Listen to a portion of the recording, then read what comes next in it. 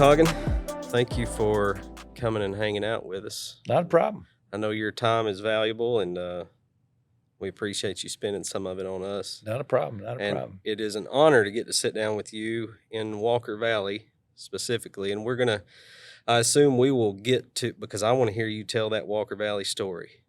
Okay. All right. But I would love, before we got there, if that's okay with Paul, I'd love to hear just a little bit about you prior to Walker Valley, if you're willing to Sure. tell us your origin story, like where you came from, how you got here. Were you born here? No. No. Not from here. I'm not local.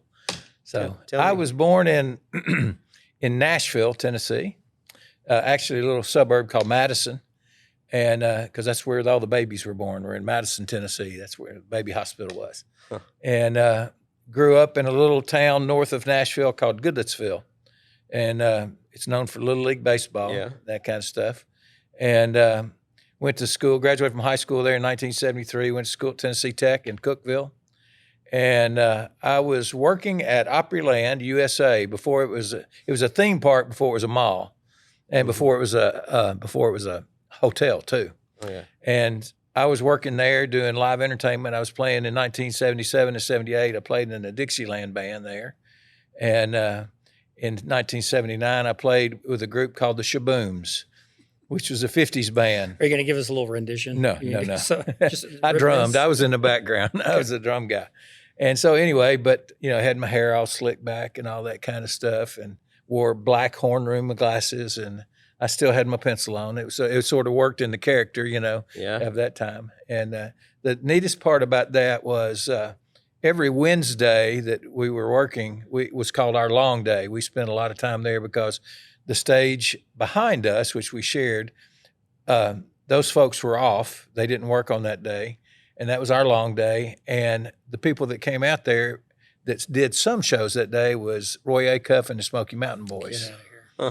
And so they would come in every Wednesday, and they'd do about 3 or 4 shows, and and we would talk to them in between because we shared dressing areas, and so we would sit there and talk to those guys and listen to some of the stories about them being on the road and when they started and how that all happened. And one day, Mr. Acuff, they started out towards the stage, and he goes, "Boys, come out and sing a hymn with us." So we did. Yeah. I've got a picture of it at my house, but we went out in our 50 stuff. He said, "That's what I want. I want you in that, dressed just like that." We went out and sang "Closer Walk with Thee" with Roy Acuff and the Smoky Mountain Boys. And that was, that was really cool. That was really something. Wow. And then after we finished, this was the fun part. Opryland was an expensive place, okay? He hands me a $20 bill, and there's 7 of us in the band, okay? He goes, "Buy them boys some lunch, would you?" So I did. So we went and ate lunch, but did that. And it's still an expensive place. Oh, yeah. At $20, I don't even know if pay for parking anymore. It wouldn't get parking anymore. No.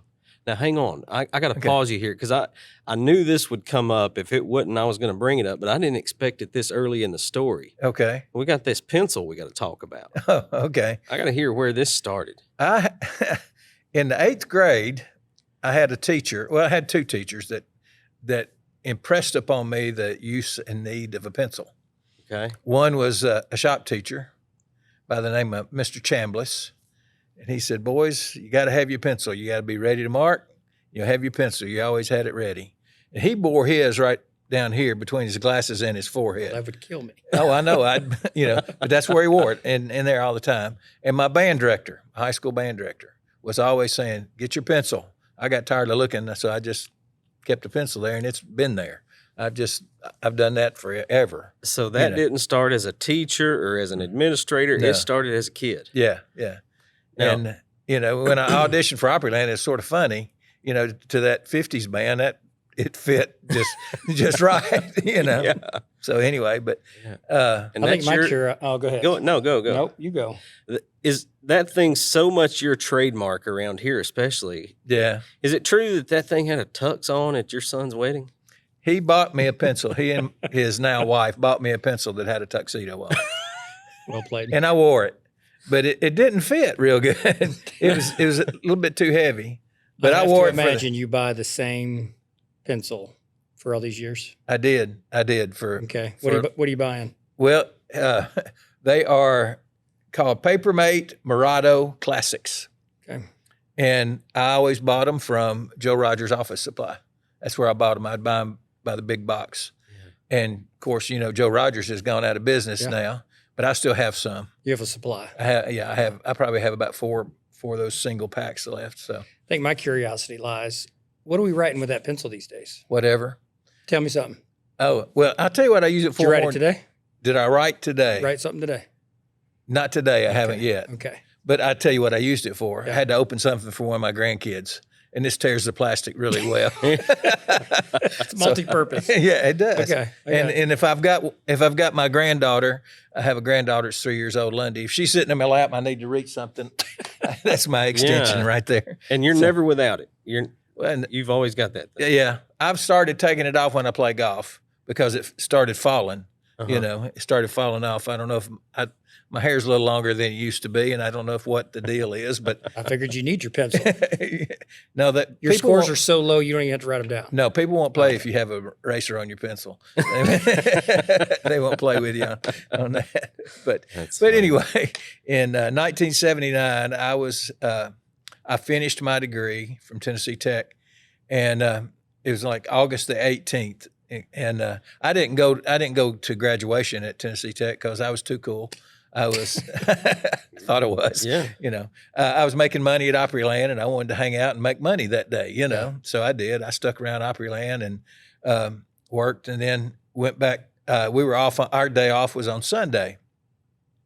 So I'm sitting at my mom and dad's house in Nashville at Goodlettsville, and phone rings, and it's a guy named Fred Kleinert, who was the band director at that time at Bradley Junior High School. And they had an opening at Bradley High School for assistant band director. There was a gentleman that was the band director there named Sonny Chambly, who still lives here in town. Sonny's a great guy. They had an opening, and I'd met Sonny before that, and he told Fred, said, call him and see if he wants it. So Fred calls, just out of the blue, and says, hey, we've got a job at Bradley High School. You interested? You want it? And I said, sure. And then all of a sudden I went, what did I just say? So no more Opryland. No more Roy Acuff. Yep. So I had immediately, I had to call my leader, the group leader. His name's Ronnie Brooks, who's written a bunch of songs in Nashville. He's a great songwriter. And I don't know if anybody ever heard of Foster Brooks. Have you ever heard of Foster Brooks? He's a great comedian. His uncle is Foster Brooks. He's out of Louisville. You need to look him up and watch him. He is a hoot. Let me get my pencil out real quick. There you go. But anyway, I'm going to get my phone out. Keep going. Okay. So I called Ronnie and told him what was going on. He said, call Lloyd. Lloyd Wells was the music supervisor for Opryland. Lloyd was a former guitar player for Elvis, and just, there were lots of people down there that, you knew and had a lot of talent. And he said, okay, here's what we'll do. If you can work tomorrow, now this is where your ego really gets blown away. He said, if you can work tomorrow, I'll have somebody come in and watch your show and I can let you out of your contract, and they'll start work on Tuesday. Oh, wow. And I'm going, I thought I was something. But, it's like, okay, we order this from Burger King or McDonald's, and this drum guy comes in. But it worked out, So I played Monday, moved down here on a Monday night, went to what was the central office at that time, which is where the maintenance department now is, up behind Bradley High School. Yeah. That was the former Cleveland Country Club. That was the clubhouse. Anyway, and I went up there, and Mr. Walker, who was a superintendent, was ill at that time. And I went in and met Mr. Hollis Maddox, who was the secondary supervisor. And I walked in and told him who I was, and he goes, go to work. That was my interview. That was it. And then he had to tell me I had to get down to Bradley High School because that back gate was locked. I couldn't get in there. And drove around front and started work. That was in August of 1979. Okay. Bill Winters hired me 10 days before school started at Coe Middle School. Excited to have a job. Yeah. A paycheck. I'm a young married man. Right. Here we go. Yeah. On day one, I called Sarah and was like, I've made a mistake. I can't do this. Middle school, what? Yeah. You'll be fine. Day two, lunchtime. Again, I call her and say, hey, I've made a mistake. Like, big time regret. I don't know what else I was going to do with my life, but I thought, Yeah. this is what it's supposed to be. Right. you gave up this gig that Yeah. you loved. Uh-huh. Any regrets? Mm-mm. Now, I'm not going to ask you today, sitting in that seat, any regrets, because I mean, no, you're too important to all of us around here in this community. But from day one, day two, week one, No regrets. month two, None. how about that? I told Dale Hughes, who was the principal at Bradley High School at that time, I said, I'll be here a year. And at the end of the year, I'll let you know if I'm going to stick around or if I'm going to go back to Nashville. Yeah. You know, I never went back and talked to him about it. How about that? You know, it was one of those things that you just go, this is home. Yeah. This is what I need to do. You know, I had taught previously. I did some subbing in Nashville and Sumner County. You know, that was, you know, that I was going, no. You know. Well, that's a totally different Oh, experience. it We is. all know that. Totally, Yeah. totally. But I had taught in a little town in Kentucky called Lebanon Junction. It's just south of Louisville, about 30 miles. And what I'd done there is I taught band camps. I did band camps. And all I did is teach percussion. I would work sometimes 8 different percussion sections a week. And I would write for all of them. So it was, you know, you're going, you know, you're producing all the time, you know, and then you had to be the head counselor and then you had to do all that other stuff. But I enjoyed it. I really did. So I did that for 3 summers. And then I worked for a summer at Tennessee Tech doing band camp stuff. And then this Opryland chance came about. But I never regretted leaving Opryland to come here. Yeah. You know, I made twice as much money the first year in 6 months at Opryland than I did, Yeah. you know, Oh, my wow. first year teaching. And you'll never believe what my paycheck was that first year. But it was, you know, but Let us take a guess. What do you think? First year teaching, Yeah. yeah, Give us a year again. 1979. 79. I'm gonna say you made $18,000. I'm gonna say you made 14,000. Neither one of you are there. 10,285. That was with a supplement Okay. for a band. It had a band supplement on it Wow. too. Now, did you have your own place? Did you find a roommate? Did you move back home? I moved. I roomed with Fred Kleiner, the guy that I was telling you called. I roomed with him for the first year, I guess, maybe a year or two, and then I got an apartment. So no, Nashville was too far to commute, so I couldn't Yeah. go home. Yeah, of course. You know. Oh, well, that would be home. Yeah. Oh, that would be. Yeah, I had you here in Bradley County. That's No, right. no, Home it is was- there. Yeah. Okay, I Yeah. got you. Yeah, it was a Got you. long commute. Yeah, that makes more sense. So, but then you know, I loved it. I was doing a lot of different things and enjoyed it. And I had I always tell this story, and I don't know if y'all know Rodney Murray from at the Y. In the Oh, yeah, of YMCA, course. yeah. Rodney, Yeah, he's great helped us out guy. with a bunch of stuff. I had 2 classes of math that was in my schedule. You taught math? Yeah, 2 classes. Don't laugh at me. No, you can laugh. It was, oh man, and it was different. It was different. But you know, the thing is, I had some great kids in that class, in those 2 classes. Huh. You know, and most of them had not been successful taking that class previously. Mm-hmm. So I thought, I just got to find a way to get their attention, you know. And I said, I asked them how many of them worked. I said, how many of y'all work? Well, they're 16, 17, 18 years old. And they all, you know, Yep. everybody raised their hand. I said, how many of you know you got paid the right amount of money last week when you got your check? Hmm. And they went, what are you talking about? I had them Yeah. right there. So, you know, that's what we did, you know. And we worked our way through math for, you know, at that time we were on a 6-period day all day long. So, you know, I had them 2 classes a day all year, Yeah. you know. Mhm. But we got through it. We did. And so I had that, and I taught jazz band, and I taught marching band and concert band. And it seems like I had something else. But, I had a study hall. That's right. I taught a study hall. Yeah. And one of those study halls, I was in Miss Lily Frank Fitzgerald's classroom. How about that? I just knew her, you know, I knew Yeah. her. And she just walked by one day, and there was this kid, he was asleep. I'm honest, you know, he's in study hall. He fell asleep sitting over there because I knew he had worked till about 2:00 the morning previous. Okay. Sure. And I was just, you know, he wasn't causing any problems or anything. And she walks by and she goes, and I mind, it's the devil's workshop. I said, yes, ma'am. I went over there. I woke him up, you know, and, but it was a great experience.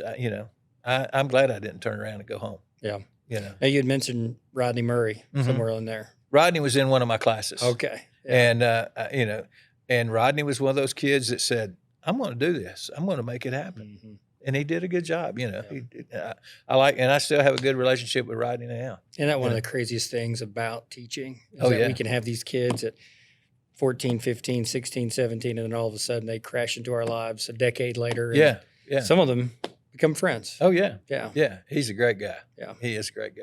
And you just said it there. You know, I used to think of it when I was a band director, if we put our livelihood in the hands of 15, 16, 17, and 18-year-olds. That's what we do, you know. I don't know if that's faith, trust, or whatever it is, but it works, you know. Well, we were talking the teaching profession also is, hey, let's start a new school year and let's put a bunch of strangers right in front of us that are 15, 16, and 17. Yeah. And like, that's the starting point. Right.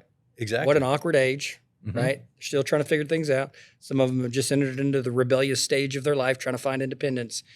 And we're starting from zero, trying to get them somewhere to learn. Yeah. But it is what we do. It is. It is what we do. And I think it takes it's a special calling to do what we do as educators. And I think that if we can put our focus on what can I do to help this one young person, you know, and let that spread and let it grow, you know, and it's so rewarding. It is, it's incredible. Yep. The rewards from it. You want to say something? No, I was going to ask, just sort of forwarding that story. How long were you assistant band director? 9 years. 9 years. And then I took over as band director. I was a band director at Bradley for 12. So I was at Bradley High School for 21 years. Please tell me you were still teaching math when you were in charge of the band. No. No. Here's the cool part, though. We talked to George Nairn, Dr. Nairn, and Dale Hughes, and we got it where we could go teach 6th grade band and start the kids at the 6th grade level. Very cool. Absolutely. Who did you have? That's where I met Mr. Hunt. There you go. He came to Black Fox Elementary. That's right. Started teaching me how to play the old trombone. And it was great. Yeah. We loved it, and started doing that instead of doing I also did in-school suspension for 3 years at Bradley. And that was a different animal at that time than in-school suspension. But it, were you there too? I gotta raise my hand for that one too. I have a couple that I know that go, you're the reason that we got married. And I'm going, Get out of here. what are you talking about? I've known them forever. But the young lady was my student aide. And one of the kids in my in-school suspension, they met there. And they're still married. And Got to know each other because he had multiple days in ISS. No, I don't know about that. But they've been married for, 35 years. What a great story. Now, were you under the spiral staircase there, or was it somewhere different at that time? It was back in the H building back there. Yeah. This is one of the things I really liked about it. I'll be honest with you, there were some things about it that I liked. It helped me organize, because what I do is I have to get work 3 days ahead of time for kids, so I'd have everything done. But I was in a room right next door to Mr. Ernest Adams. Mr. Adams taught engineering, okay? And so I got to know Mr. Adams. I got to know Herbert Lackey, who was the ag teacher. He may have been your principal. He was my principal, one of my Mount Rushmore guys, for sure. He was a great guy. Mm-hmm. And I got to talk to those guys about life experiences and how teaching can impact, life experiences for kids, because that's what they were doing. They were doing engineering, agriculture. I used to, Mark Kress, who used to do welding, and some other people like that. I just loved talking to those guys. And then there was a guy that was an assistant principal back there. His name was Boyd True. Boyd True used to be in the McMinn County schools, and he came to Bradley to be assistant in charge of vocational education. He was just one of those, he would just pontificate, and you would be sitting there with your mouth open and listening to what he had to say because it just made sense. Yeah. Well, small world, I hired his daughter to teach here. Jenny Borden. I don't know if y'all ever knew Miss Borden. She taught science, biology and stuff here. I know that Incredible teacher. And I never really knew that was father and daughter until I hired daughter. You know, and but it was a great experience for me. And then being at Bradley High School but then when I got to do those elementary kids, that was a totally different thing. That was totally out of my comfort zone because I was used to, at that time, 10th, 11th, 12th graders. When you did those camps up in Kentucky, how old were those kids? Those were high school kids. Oh, okay. Yeah. And then when you were in Cookeville at Tech doing camps? High school kids. High school kids, okay. So that's all I'd ever. Yeah, that elementary school. I did one day of substitute teaching Yeah. at Prospect Elementary School. Yeah. As a favor to Gigi. Uh-huh. She put me on her list and said, I'll only call you while you're subbing if I desperately need you. Well, I got that. You teach all day. Oh, it's it. And the elementary school world, Yeah. totally different world.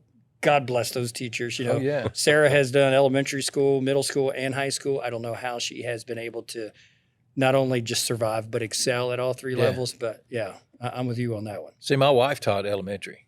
And She was even a- specialer. Yeah, I made that Yeah. word up. Calling Yeah. to be able to do that day. You're exactly and right. year after year after Yeah. year. Yeah. Because my wife started off in special ed, and she was in South Carolina, and she was doing elementary special education. Moved here, and she continued that. And then she got an opportunity to go to Hopewell and taught first grade at Hopewell forever.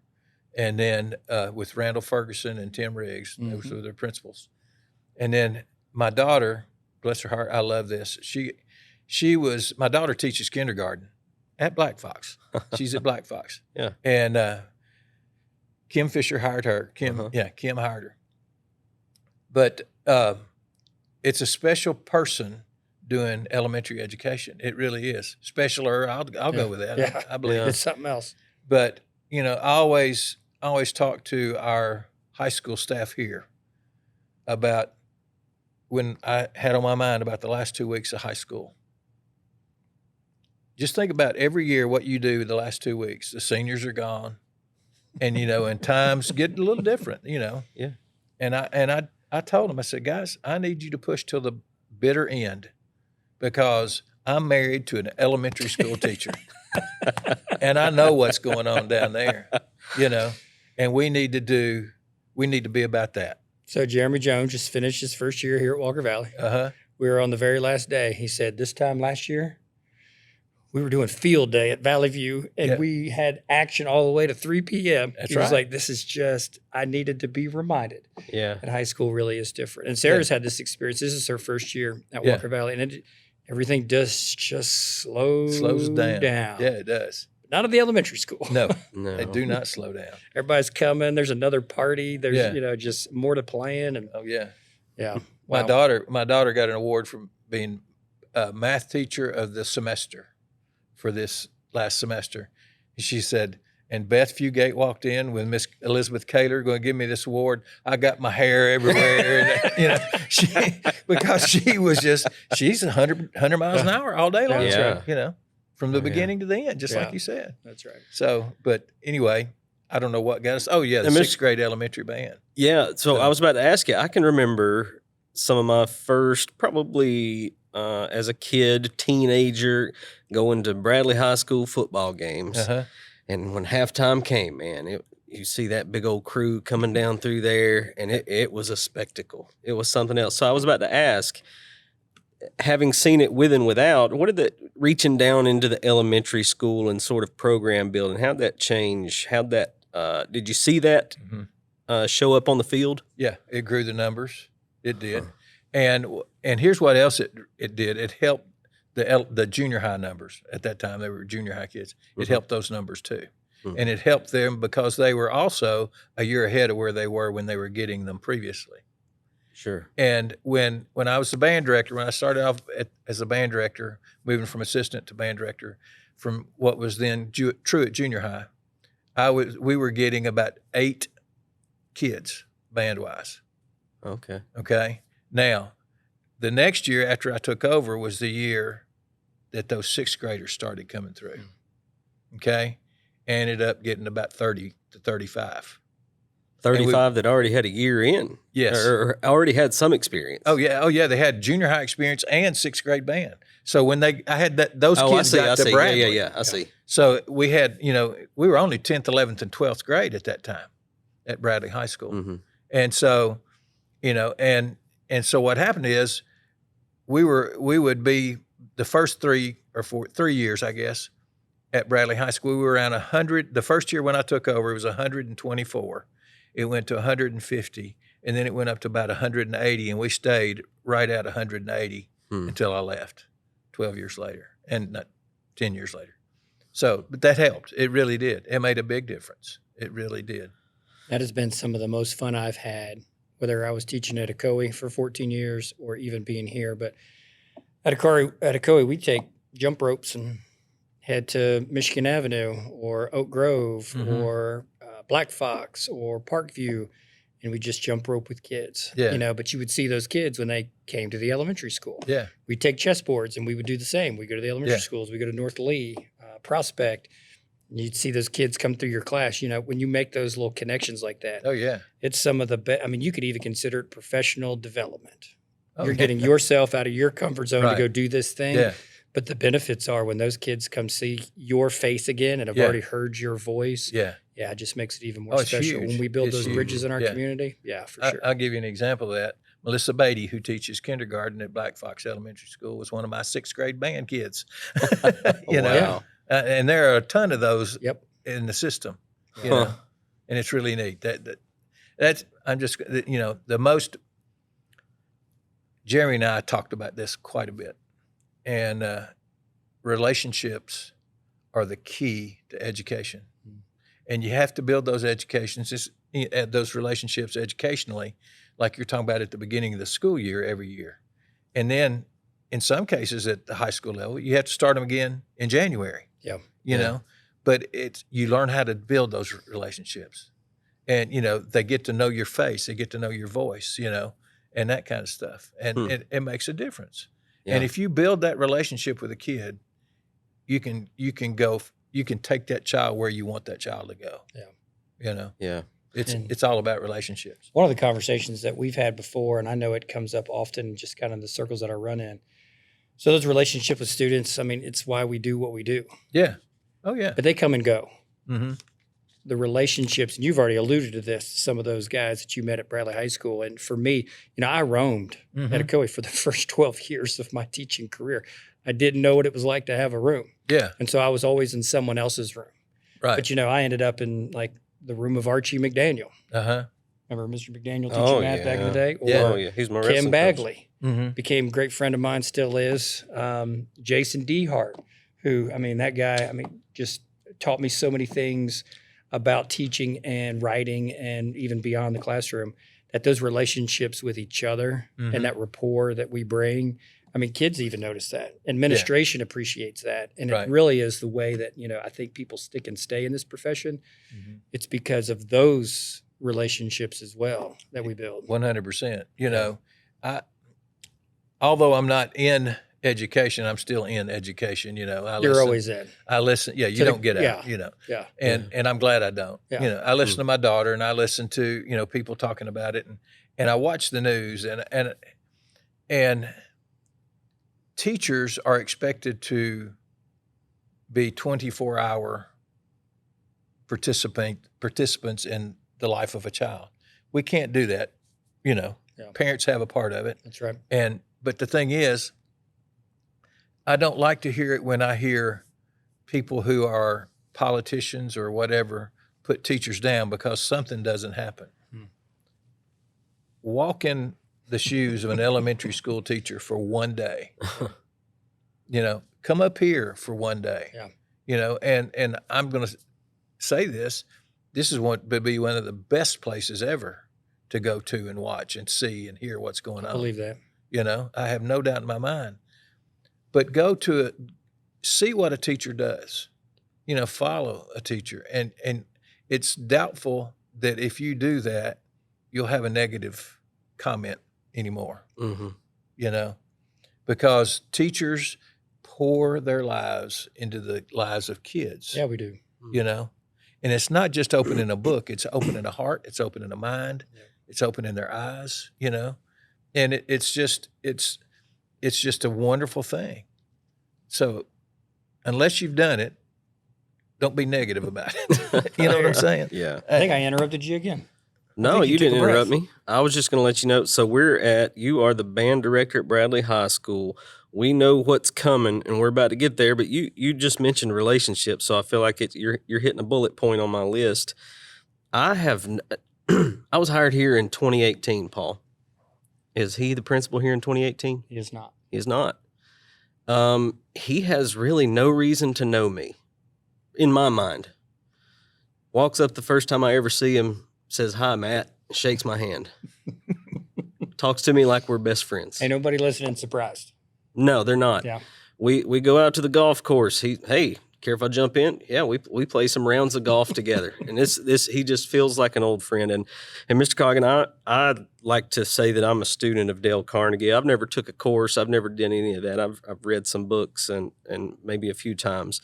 But I know, according to him, a person's name is their favorite word on the planet. Mm-hmm. And it's been told to me that you knew every student's name in his school. Is that true? First year, yes, I did. And that was 750 kids. Now, I worked myself to death. Bet you did. I worked hard at that. But I'm going to tell you, that is true, okay? The second year, we had 950. And I didn't know every one of them, but I knew their faces, okay? And then, but I don't want this to sound braggadocious or anything, but I knew most every kid here when I was here. Yeah. If I didn't know their name, I knew their eyes. Yeah. Okay. And That's not bragging. No, that's very intentional. That was not accidental. And that's a difference maker. Yeah. Well, that's, and I was in the hall every day in the morning, every day down here in front of where the Wisdom Vision Honor Cert. I don't know, it's still, anyway, that big logo down in the front hall. Sure. Because it used to be different. And I don't know what it looks like today. I'll be honest with you. I should have looked at it when we came up. I think it's like a horse head logo. Okay. All right. The words may still be. We'll look at it on our way out. Okay. All right. Make sure. But I was very intentional. Kids knew I was going to be right there every morning unless I wasn't here. Now, if I wasn't here, I was in a meeting somewhere or I was sick, and that was not very often, And so anyway, I would stand there and I would give every kid coming through the hall high fives up until about 2000.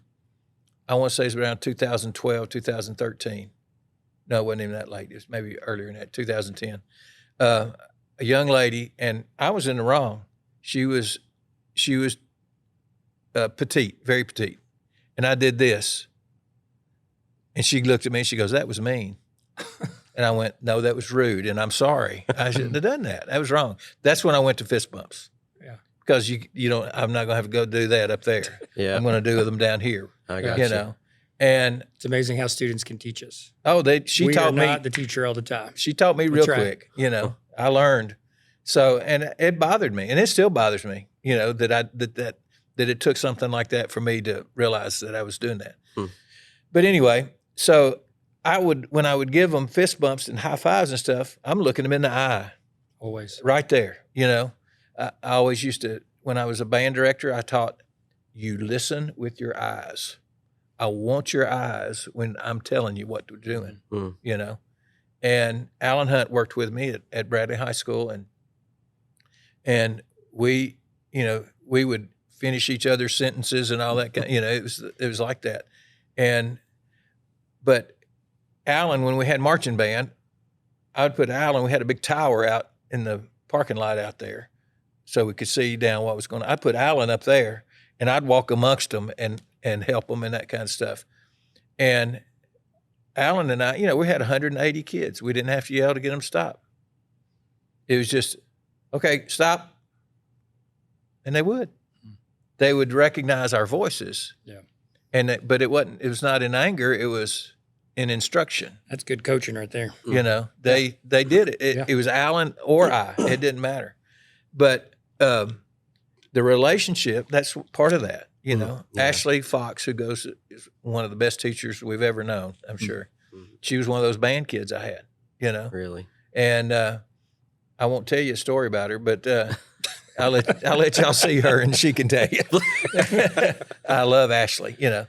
But so if I say to her, Ashley, tell me a story, she'll know what it is. Because that's my shoulder partner at lunch every day. So all right. I want to hear that. There you go. But let me back you up just a little bit, because we know we're going to get here and we're almost there. But I would love to not, because we've talked about this over and over, sort of the transition. There's a whole lot that has to happen in our community for there to be a school here. Mm-hmm.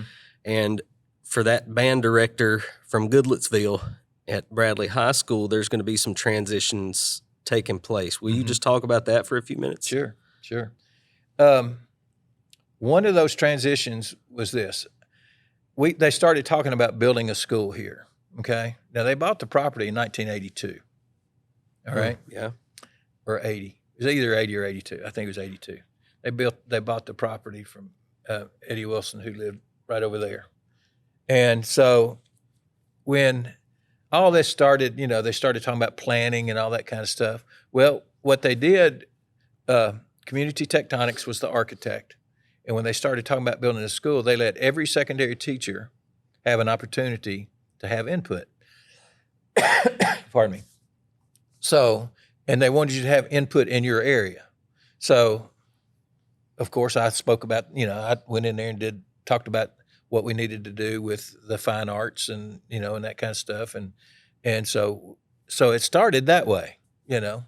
Mm-hmm. And then did you have any aspirations of being an administrator in that moment? Nope. No. Not even an inkling? No. I hadn't even started my master's degree at that point. That'll blow your mind. Yeah, it does. Had not even started my master's degree at that point. And so I got started working on my master's degree.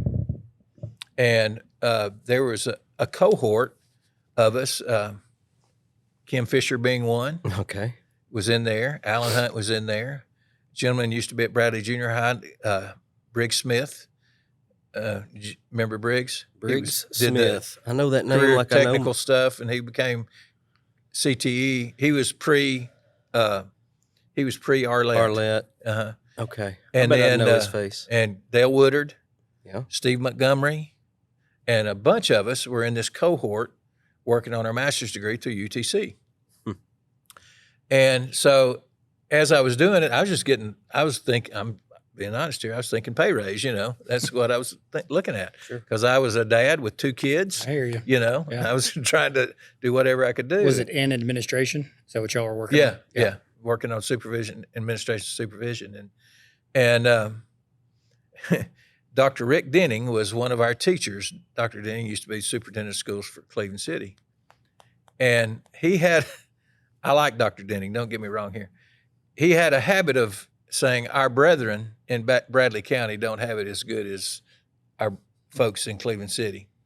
So after one of the class periods, Coach Woodard, myself, Alan Hunt, Miss Fisher, there were about 5 or 6 of us, said, you don't realize how many people you have from Bradley County in your class. Because there were about 7 or 8 of us, you know. Yeah. He went, point well taken. Yeah, he didn't, did he? He didn't anymore. He didn't do it anymore. You know, he understood what was going on.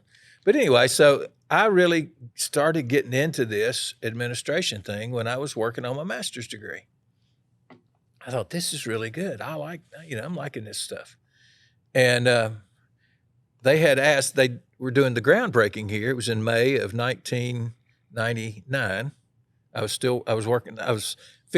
about to finish my last semester at UTC. And so as that groundbreaking was going on, Mr. Holloway, David Holloway was the superintendent. He said, hey, we need the band to come play, the Bradley band to come play for the groundbreaking of the new high school. I said, Mr. Holloway, I'd love to, but we're going to be in Washington, D.C. that day. So we were in Washington, and then they did the groundbreaking. I didn't get to do any of that. You know, I didn't think about it. Huh. And so. You're still not even on the Walker Valley radar? Nope, not at all.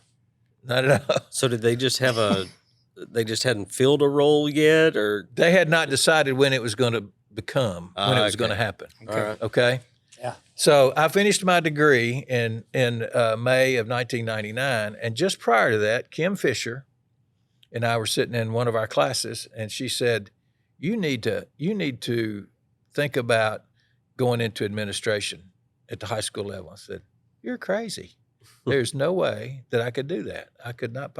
She said, "You need to do this." She was just very insistent on it. So I said, I'm still shaking my head no. She goes, you know, Miss Fisher, you know how she, you don't She's tell Kim Fisher no. You just don't do that. I've heard that. And so, where it really started with her and I in that respect was the fact that, and I'm going to tell this story, and this is the truth.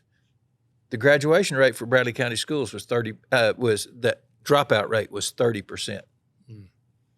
Kim Fisher and I and Laura Martin, who is in the city system, we worked on a project together about the dropout rate.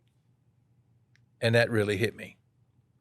And in my mind, I said, we've got to do better. And when it struck home was Kim and I and Laura called parents saying, what could we have done as a system to help out? And I called this one home. I said, this name is so familiar. 6th grade, band kids. Okay?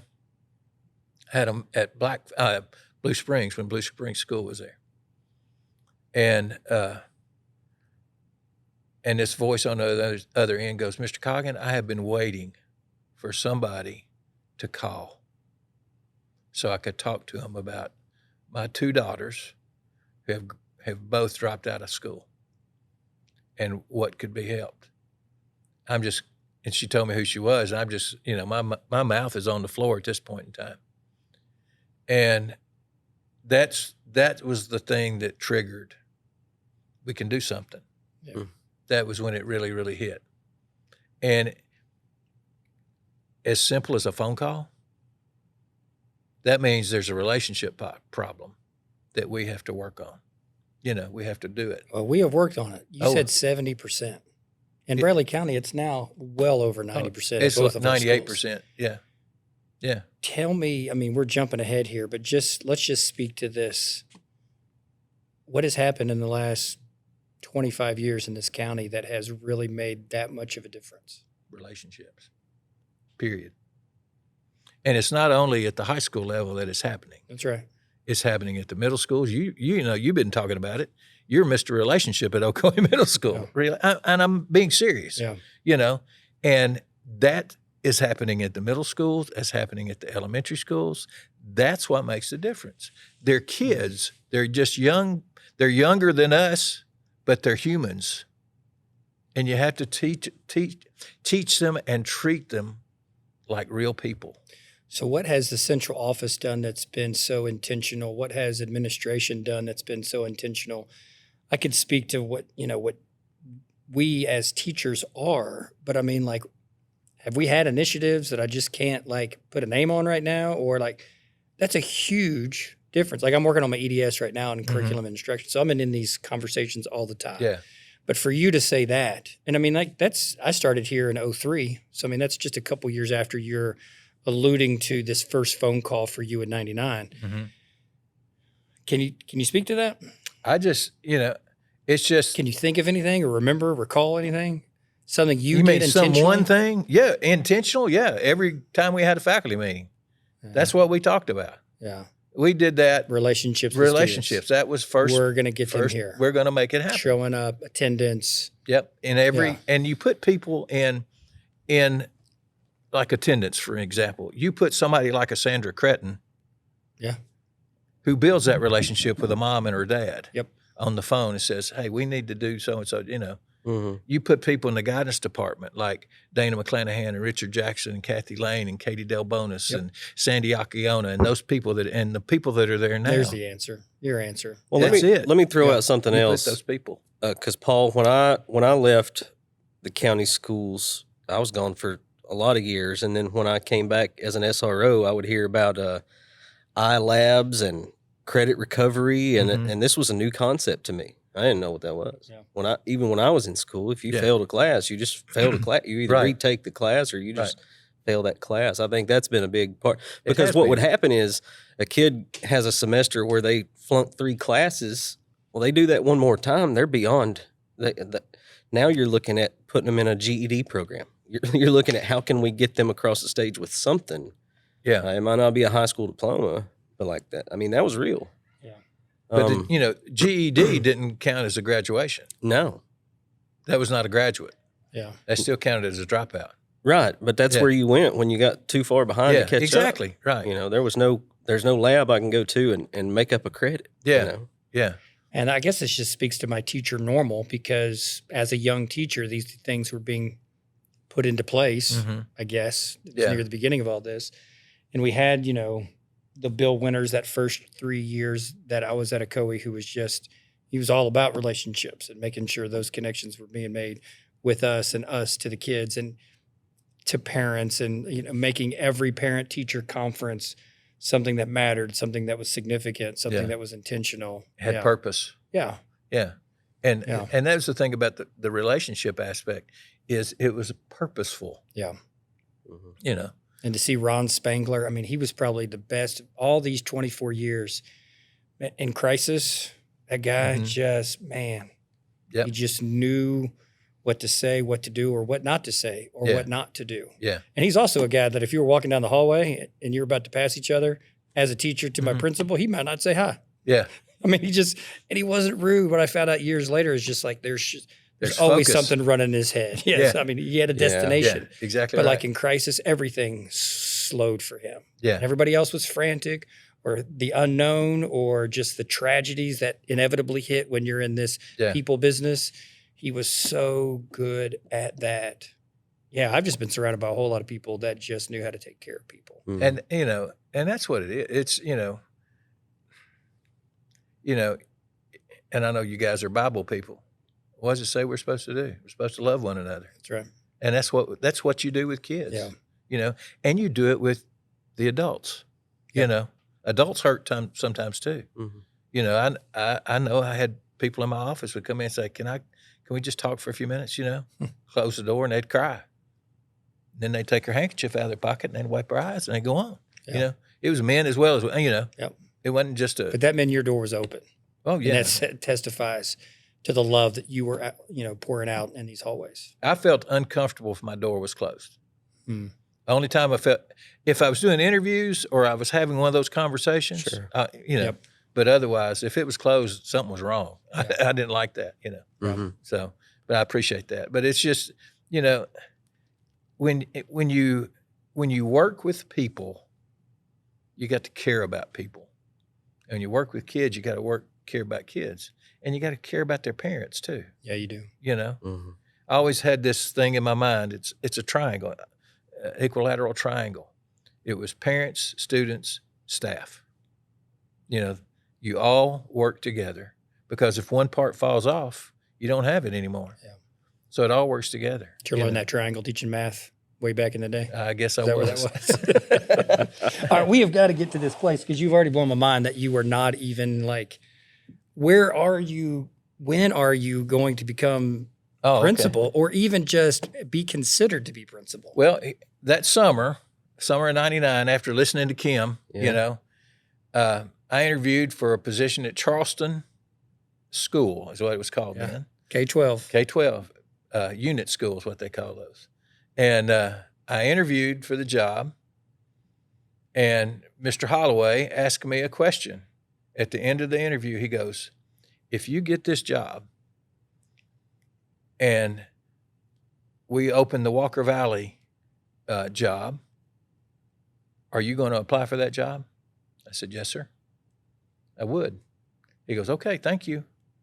I didn't think a whole lot about it, I walked out. My supervisor comes up behind me. What are you doing? I said, what do you mean, what am I doing? He said, you had the job. Huh.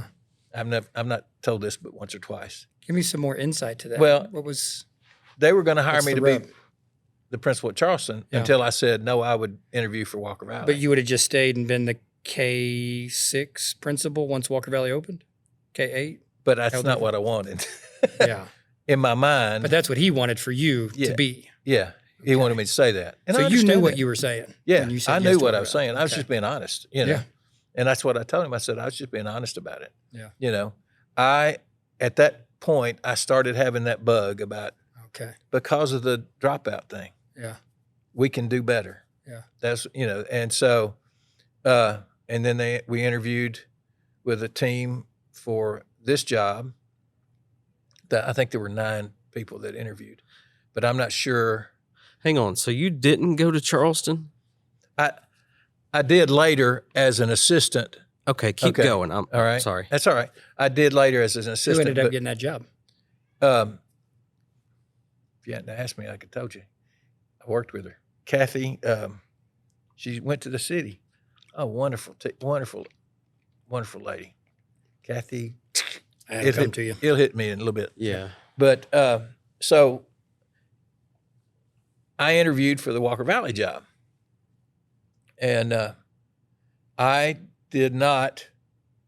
we didn't hear anything. Okay. And then in December, I can't remember when the interview was. I want to say it was probably October. Who's the director of schools then? Who's the secondary? The director of schools at that point in time was David Holloway.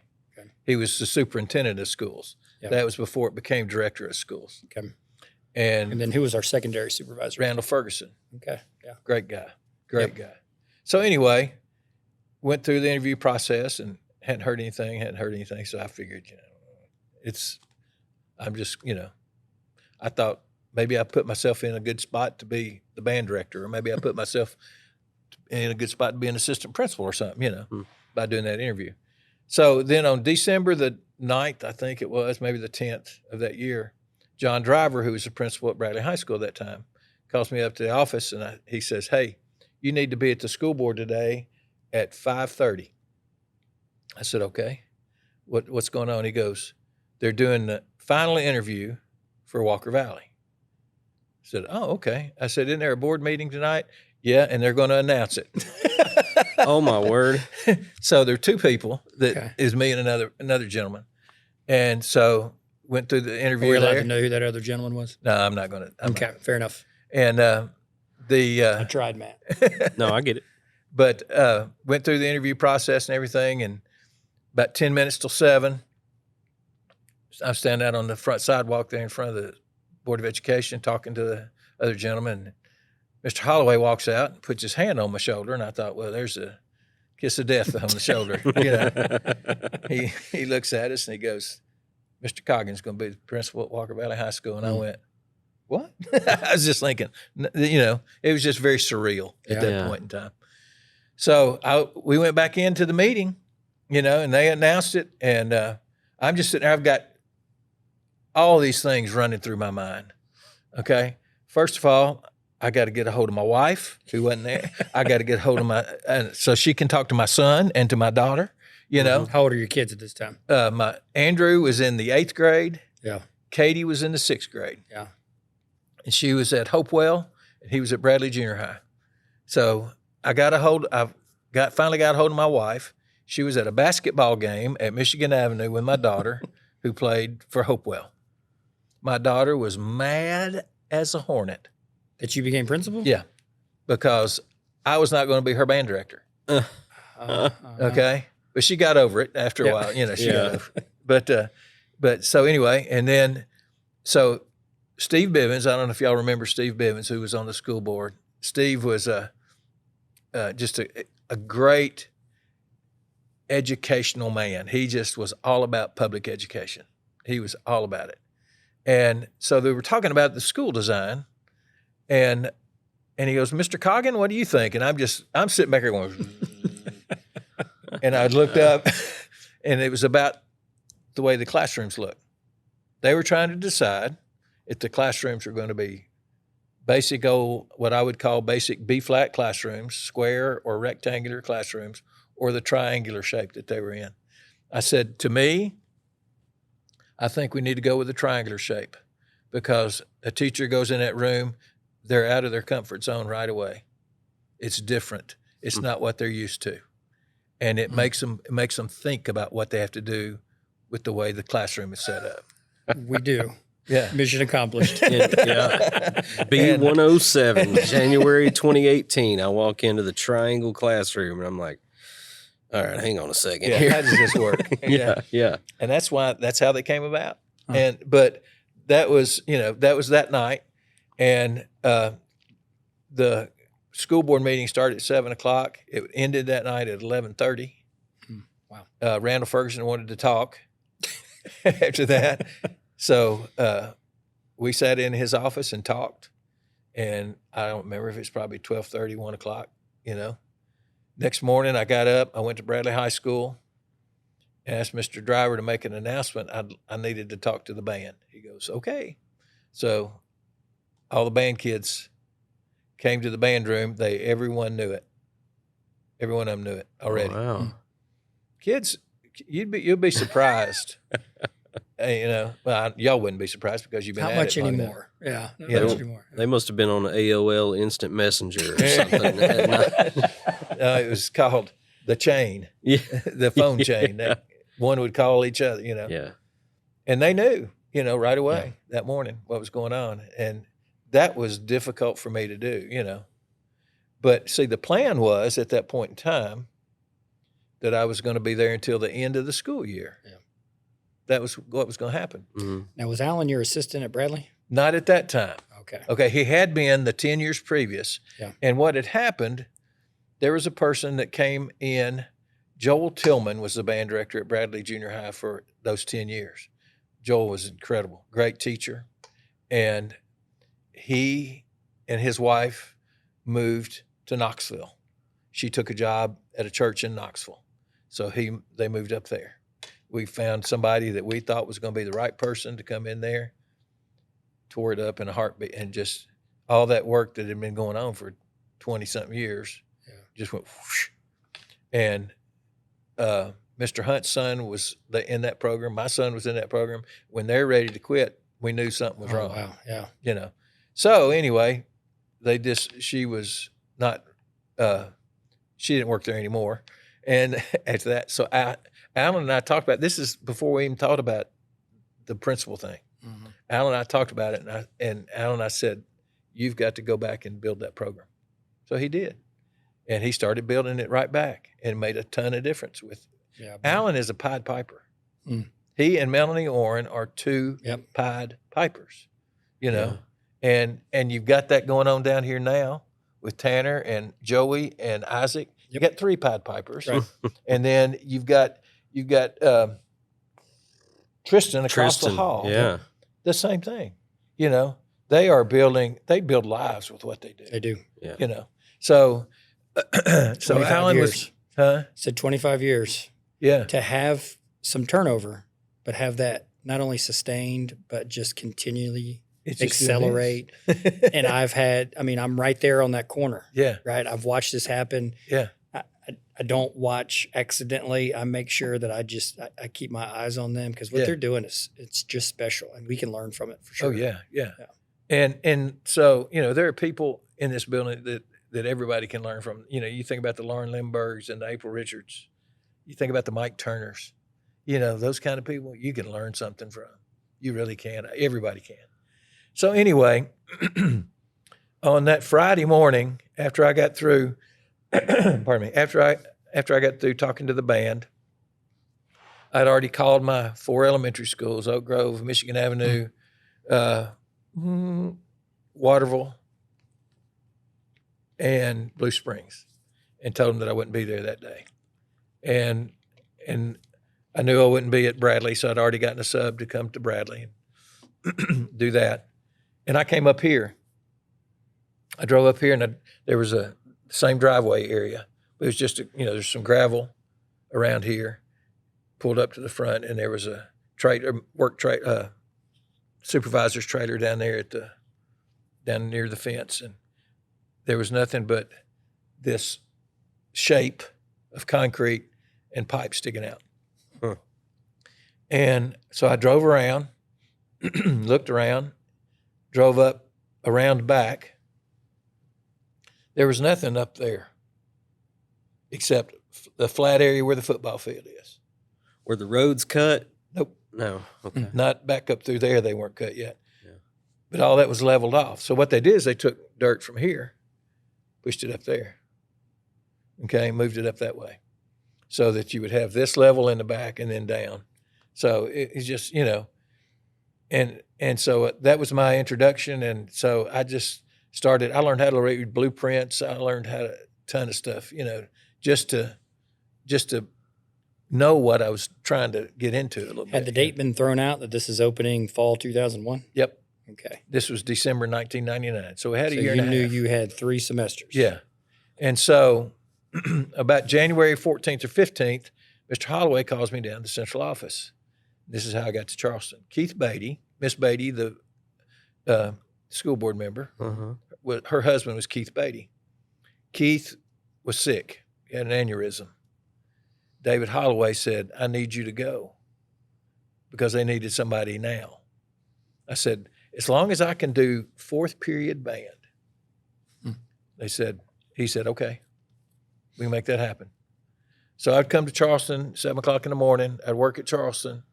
And then I didn't get back every day, but I had an assistant that could handle it. I'd go to Bradley High School most days and do band. And at that point in time, I had a student teacher by the name of Brian Gallagher. How about that? So Love that guy. Oh man, what a guy!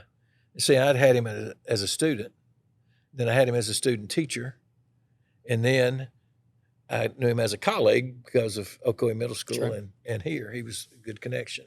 Yeah. But anyway, so that end of that year, I moved as soon as school was out. I moved everything out of my office at Bradley High School. You don't know what you can collect in 21 years. I bet. I kind of do, because I'm 24 years in and I'm decluttering right now. Yeah. So yeah, It took me I'm 2 tracking. days to. It took me 2 days to do my office, and I had an office that wasn't much bigger than where we're sitting. yeah. You know, and it took me 2 days to get that done. Plus, have you been in the band office? I mean, those guys can collect some stuff. You can collect some stuff. Oh yeah, I know, because a lot of it's in my house now. And I moved, and I used to live out in Misty Ridge, as you well know. That's right. And it was all out there, and we moved from Misty Ridge to Everhart in 2018. Wow. You just time traveled. Wait a minute, explain Sorry about that. But 2018? yeah, so Okay. I had to get rid of some stuff, and I'm not good at doing that. Yeah. So I kept It's a lot skill. of it. You need It's still reps. there. You know, Yeah, you got to practice. got to have it. Yeah, So, I'm working on it. but anyway, so I went to the central office in 2000, and in it's in May. Started there actually June 1, and so I went to work. And Bob said, Bob Taylor, I'm sorry, Mr. Taylor, was going to become the director of schools on August 1st. They had moved him to the central office, okay? From Michigan Avenue, Michigan maybe? If Avenue. I remember that correctly. Yeah. And so I shared an office with Mr. Taylor. I never saw Bob very often because he was out doing what we've been talking about, relationships. Yep. Oh, yeah. He was out doing that, not just at the schools, but with the community. He was building community and school partnerships. He was doing it like crazy because he'd done it at Michigan Avenue, had all these partners that he worked with. Yeah. So he said, what's your plan? I said, well, we got to hire the best guidance counselor we have. He said, who is it? I said, Dana McClanahan. He goes, go hire her. So I talked to her, and she was, I'm not sure. Really? That was her first response? She wasn't really sure. Yeah. She was settled. I mean, Where was she at? at Bradley Junior High. That's right. That's right. She had My established. brother-in-law, Ben Davis, talks about it. Oh yeah, Dana Mack saved my life. Oh, She- yeah. And he's not exaggerating. he's not She's a exaggerating. legend. I know Ben. Yeah. There you go. I love it that you laughed. I do know Ben. And so anyway, I talked her into it. I told her what my vision of the school was and what my vision of scheduling for kids was. She goes, I'll do it. Hmm. So we spent that year, 2000, 2001, in the central office. We started doing interviews for positions in October, that same October 2000, interviewing positions for the next fall, because Bob said, Mr. Taylor said, what are you going to do? I said, I want to meet with faculty January 2nd, 2001. I want them that day. Yeah. He goes, you got them. Huh. I said, so I have to know who's going to be there. He goes, yeah, that'd be a good idea. Who'd you want to set in place next? Like what was your priority of hiring? Or you just needed everybody, so just let's make a schedule. I had a priority I wanted to go by. Can you name any names? Yeah, Carol Peace was the first person I wanted to hire as assistant principal. Was she still at Bradley Jr. at that time? She was. Yeah. Because she wasn't here when I got here 10 years ago, but she was still here. Yeah, you're exactly right. She was still here. And she will always be here. Yeah, that's right. You know, she was one of those people with kids. She knew when it was time to lay down the law, and she knew when it was time to be mama. Yeah, I was going to give like the student perspective. She was my assistant principal, and she was the law. Mm-hmm. But I can also remember times when she would just come up to me and compliment me on something and just make me feel like $1 million, man. Yeah, yeah. But you scared to death of her at the same time. Yeah. That's a skill. She had that skill. Yeah. And so she was first. And during the interview process, Mike Turner had told me, he said, I don't want to be athletic director. I want to concentrate on baseball. I said, we can make that happen. Now, was he teaching back then? Yeah, he was teaching here. Yeah, he was teaching. He was going to be a PE teacher and doing baseball. And I'm just going to say this, nobody knows baseball better than Mike Turner. You know, I just... his name is on the field. Oh, I know it. Yeah. And there's a reason. Yeah. 50 years. You know, yeah. It's crazy, isn't it? It is unreal. So anyway, I knew I had to have an athletic director, and there was only one person that was in my mind. That's Paul Cretton. Yeah. And Paul was a relationship guy. Yep. You know, I didn't have to teach him. Didn't have to teach Carol about relationships. They knew what I was talking about. Dana was the same way. Was Paul ready to come? Yep. Carol? Yep. Yeah. Yep. And because you were asking, or they just wanted this, man. This is a big deal in this community. Yeah. I mean, coming up here to the north side, I've learned, I'm an outsider too. I'm not from around here.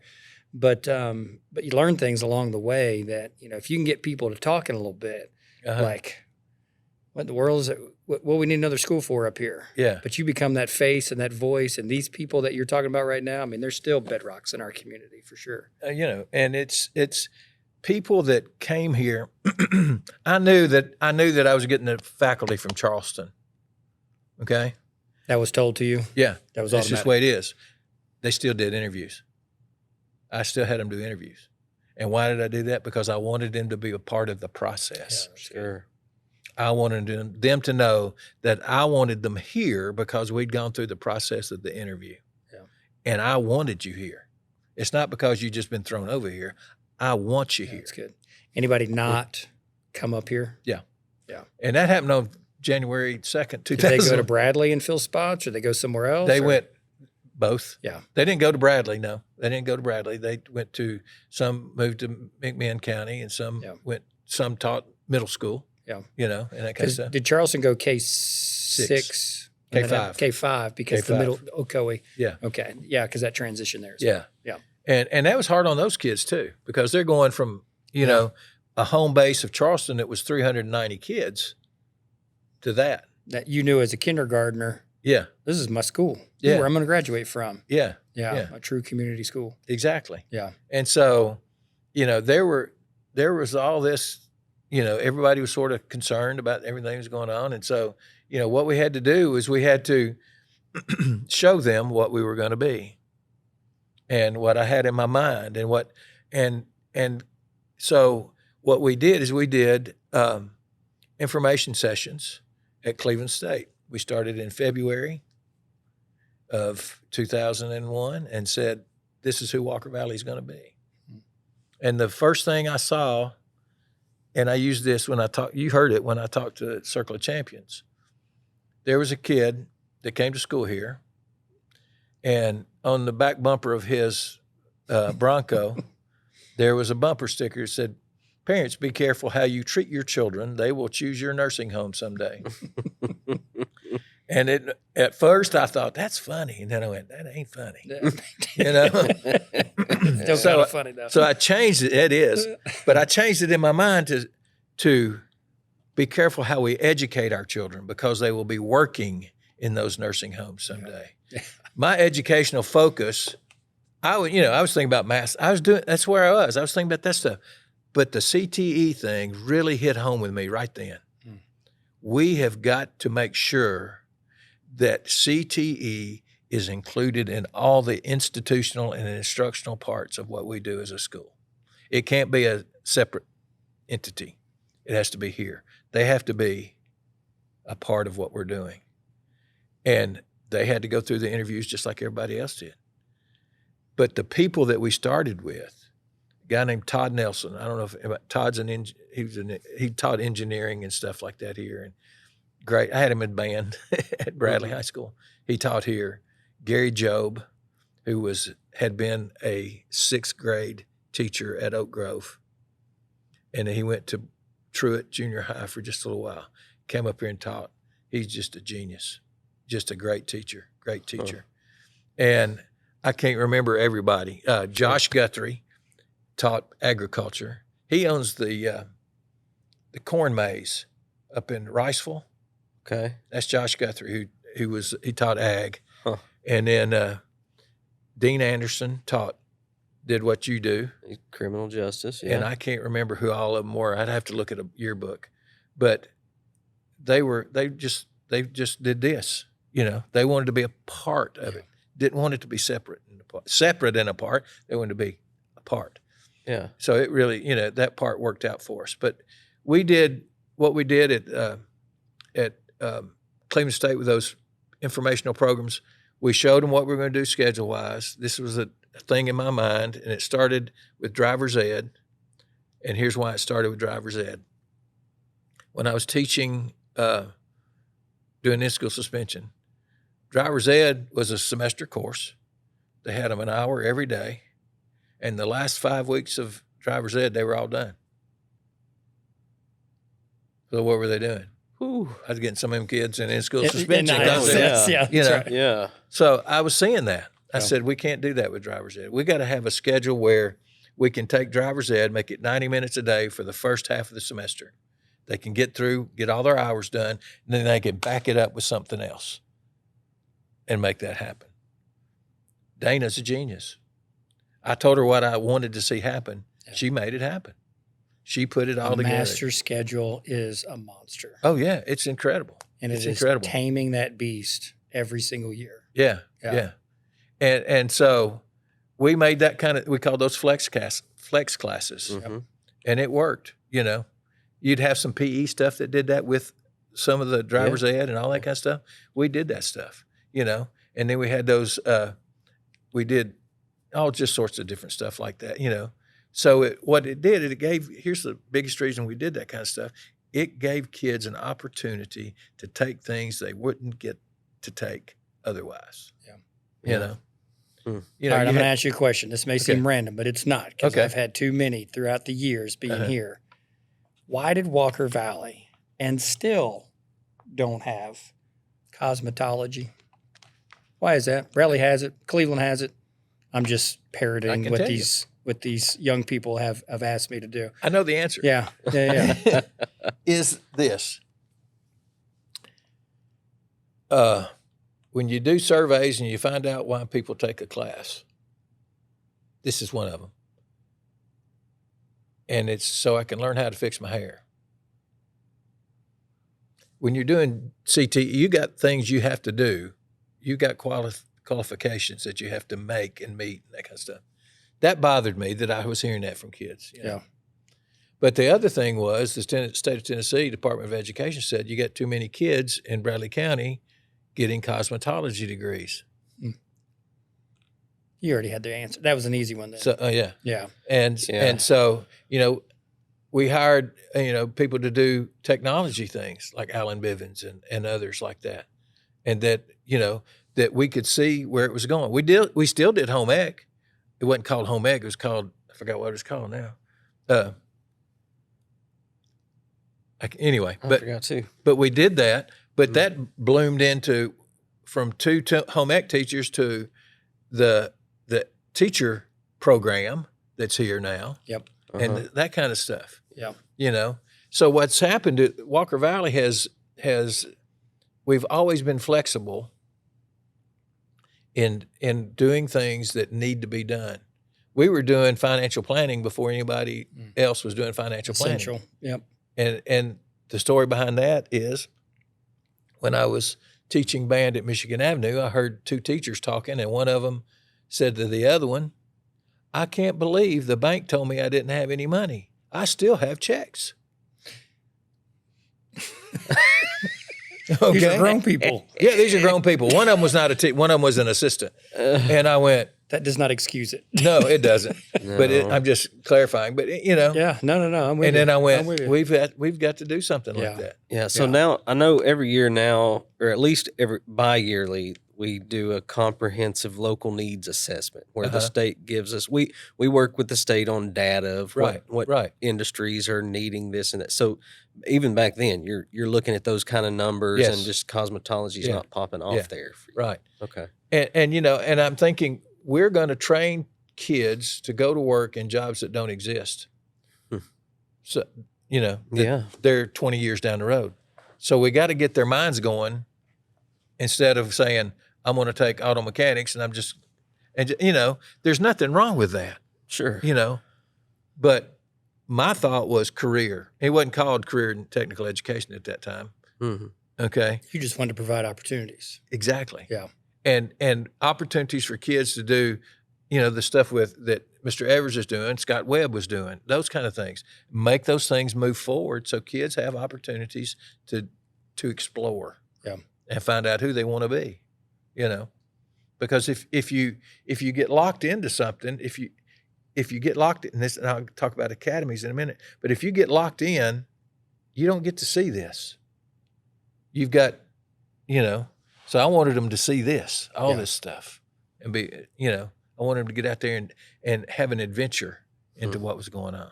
If that makes sense. Yeah, it does. So this question I've got is, you can view it from the genesis of the school, of you crafting, building a staff and all that kind of stuff. But I also want you to lean into all your years of being a principal.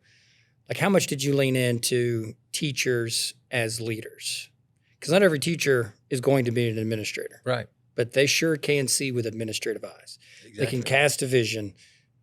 How much of that, especially early on, but throughout, were you able to, I don't know how to say it, just let me just say it this way, get beyond just the administrative team and pull in those teacher leaders and say, hey, I see you, I hear you, tell me something. And you were able to kind of follow through because you knew that they knew. I had barometers, first of all, that I knew and I trusted. And like you said, my door was always open, and they'd come in and say, hey, you're doing something stupid. You know, I wanted them to tell me that. Sure. I wanted them to tell me if they saw something wrong, you know, and if I need to change something, we're going to work on it. You know, we're going to do that. But, you know, I started forming teams and committees and that kind of stuff. And we talked about every part of the school. And we would meet, you know, not just as formal, but also informal, you know, hey, talk to me about this. And yes, we did that. I tried to, you know, the first person I think about is Monty Frazier. Yep. You know, Monty was teaching classes, but I said, Monty, I need some administrative help. Can you do that for me? Yeah, I'll do it. You know, Monty. Yep. You know, and that's what he did, you know, and I think that guy's done everything here. he has in his career. Oh yeah. From administration to coaching to teaching to And has done it all very well. Yep. You know, and so I wanted people to know that this is my philosophy. This is not my school. It's our school. That's right. And we together are going to build it. You know, it was not me, my, or I. It was us, we, and our. And that's the way I approached everything. You know, it was just the more ears and the more eyes you have, the better off you're going to be. but you got to use these twice as much as you use this. Yep. From my standpoint. Sure. You know. So yes, we did. You know, it was formal and informal. You know. Gosh, what if someone came up to you, knocked on your door in Everhart? We'll come back to Misty Ridge. I got one question for you. Okay. And said, hey, we're starting school, and we want you to be a part in some sort of way. Would you give your time to something like that? According to where it is. Yeah. That's fair. Yeah, I would. And here's what Let's paint this perfect scenario. It's close enough because you've got something to give. I would, first of all, I'd be humbled that somebody would do that. But I would love, I like to give back to Bradley County schools. Yeah. Yeah. I have nothing against Cleveland City schools. I don't want you to, I want public education is the best thing that's ever happened to this country, in my opinion. I share that opinion. Yeah. And I have a burr in my saddle, under my saddle, about the way that public education is treated in the state of Tennessee. I'm not a voucher fan in the least bit. It's wrong, because what is it doing? It's taking away from public education, and it's putting it over here. It's giving it to somebody else. And what's it going to do if it continues? It will continue to pull and drain public education funds, okay? Now, the biggest issue with that is this. It's not treated the same as public education. We got all this testing and all these things that you got to do. You don't have to do that over here. They don't even have to report them if they test it. They're sanitizing it, making it look how great and wonderful we are. They're kids, just like the kids in public education. Yeah, that's right. They are kids. We have to do the best for all kids, not just the ones that we know and like, and we like their mama and their daddy. We got to do it for all. And if we don't do it for all, we're missing the boat. And the state of Tennessee legislature and the governor are all missing the boat. I'm not a fan of that at all. Well, it's also spoken by someone who has lived that life in the trenches. Yeah. Because a principal can go into their office and close that door. Yeah. Or a principal can get out there and be seen and be heard and be active and integrate themselves within. Mm-hmm. Because us as classroom teachers, we literally are in the trenches. Right, 100%. And we literally are getting everyone. That's what public education is. Yeah. And I think I'll just use this word again, literally what the calling is. Mm-hmm. That's why it is a calling. That's why it is special, because we're saying yes to everyone. Yeah.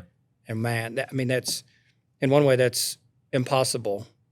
And in another way, it's a miracle because somehow we make it possible. Yeah. That's why we saw from 70% to 98% in this community right here. Mm-hmm. And no offense to Cleveland City. I married a Lady Raider. I thought my kids would go to Cleveland. 100% I thought yeah. But I just had my baby graduate from Walker Valley High School, and we've sent 3 K through 12 all the way through this place. And they are the better for it. Yeah. Yeah. There is Walker Valley is different. If you ever visit other high schools, Walker Valley is a different place. Tell me more as a principal who has been in other places and interacted with other principals. What does make this place different? When you were here and then the 3 that have come after you, it's still different. It's the heart. Yeah, speak to that, will you? A little bit more. It's the heart of people. It's people loving people. I'm just telling you. You can't come into this. You can't come into this thinking, I'm going to do this so I can make money. Education is not sterile. It's not clinical. It's about heart. It's about loving those kids and doing what's best for those kids. And if you're a good principal, not only are you going to do what's best for those kids, you're going to do what's best for the people teaching those kids. Now, it's not a money thing because you can't do anything to do it with money. But you can pat them on the back and you can tell them I love you and I'm going to give you something. I'm going to do something for you we do what's right for people. And when you do what's right for people, you're going to do what's right for kids, because kids are just younger people. And it's the heart shows through in this place, in the teaching staff, in the cafeteria staff. Yep. Yeah, good call. You know, in this room up here. Yep, that's right. It shows through. You take Holly Black.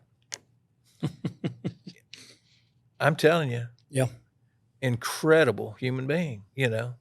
And I got a story about how I hired her. But she is. Is that one you're going to tell us, or do I need to go see Holly and say, hey, tell me a story? No, I'll tell you. Okay. I'll tell you. But, you know, there's nobody in this building with a bigger heart than Holly Black. Yep, we know that. You know. After the first year, secretary that was here wanted to move, had an opportunity to move to central office. They make more money at the central office than they do in schools. So it is about making money. For some people. I'm just kidding. I'm just kidding. But we do get paid in time. Oh, I mean, look at these next 10 weeks. I mean, like, I don't have many other people besides this guy right next to me that gets the next 10 weeks. Yeah, well, you're right. Yeah. You're exactly right. So I had 17 people applied. Was it 17 people applied for the secretary's position. Wow. At Walker Valley after 1 year. Wow. I grinned. Yeah. Now, some people, they thought it was an executive secretary's position. You know, one lady, I got so tickled. She came over here from Life Care. She thought it would be an executive. I said, ma'am, it's not. This ain't Life Care. This ain't a $50,000 job. I'm here to tell you. But anyway, so, and she was very understanding about that. But anyway, Holly was the second person that I interviewed during that situation. I said, I know who I'm going to hire. This is who I'm going to hire. You knew it from the jump, huh? I knew it right away. How about that? This is a connection now. There was a connection. I had Holly's sister, Cindy, in band. Of course you did. At Bradley High School when I first started teaching. But anyway, so Holly's been here for 24 years. Yeah, came in our second year. You know that? Wow, I did not know that. And so I went ahead and interviewed everybody, because if you put in an application, make the time to do that, I'm going to interview you. Yeah. I interviewed 136 teaching candidates for 8 positions three times in the summer. And who had scheduled all those? Holly.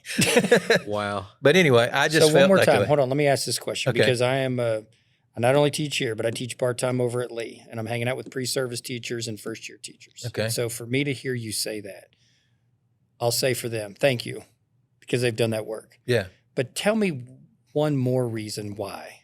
Why do you take all those interviews? You get to know people. You may not get to hire them right now, but down the road, you may have that opportunity. Yeah. Jeremy Jones, he interviewed with me twice. First time, he may have told me this story, but it didn't fit what he was needing at the time. It was a partial part-time. It was like 2 periods. He needed something more permanent. Yeah. Then I got him. Yeah. The next time. Yeah, you did. You know. And so I remember when he left me at Akoi. Yeah, it's all right. It's exactly right. Yeah. So I hired him. And so there's, you know, and what I had that. I knew that back here somewhere. It's hiding.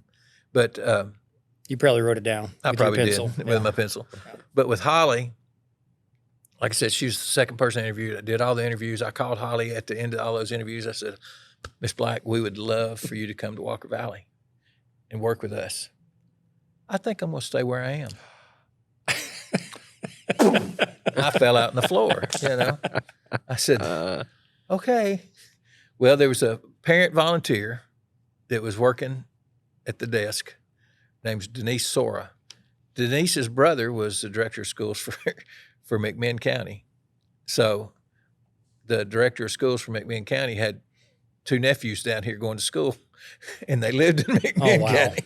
You know, but I hear that a lot, though. Yeah. I hear that a lot. So Denise was just, you know, she just didn't falter. She just kept right on going, just kept working. And I just didn't hire anybody. I waited a week, and I looked at Denise. I said, I'm going to call. I called Holly Black. She said, I'm so glad you called. I'll take the job. How about that? So, wow. I'm glad I'm glad I called, you know. I'm glad I didn't jump on somebody else, but, you know, and because she's just she's got the biggest heart, you know. And having heart. And she gets stuff done. That's right. It's one thing to have a heart. Yeah. It's another thing to have that work ethic where that's going to get done. Yeah. But just because she cares about the people. Yep. But she cares about how people see her as giving and doing. Yeah. She wants everybody to know where she stands on her faith, you know, and that is giving and loving and caring. Yep. And that's who she is, you know. Yeah. I'll give you just a small example. In her, 24th year? Yeah. I was pulled in the parking lot one day this past semester, and I saw that there was no flag out front, and I'm a guy that notices that. Yeah. Some people do, some people don't. So I just go walking up to try to figure out, is something wrong? Well, I can see the rope on the ground. Yeah.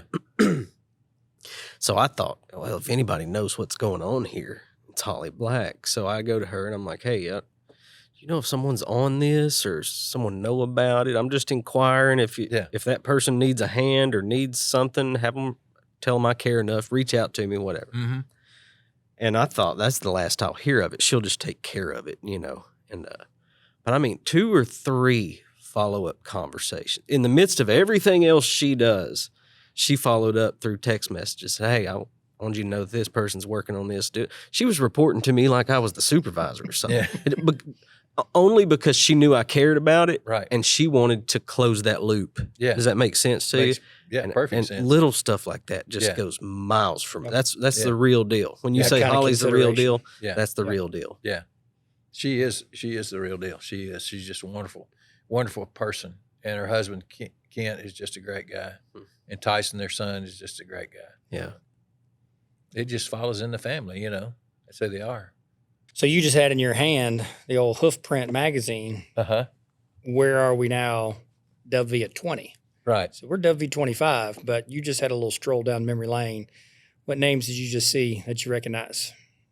All of them? Yeah. Yeah. You know. Sorry I didn't put all 750 in there from year one. Man. But we had put something out on the Facebook, speaking of, and over 100 responded.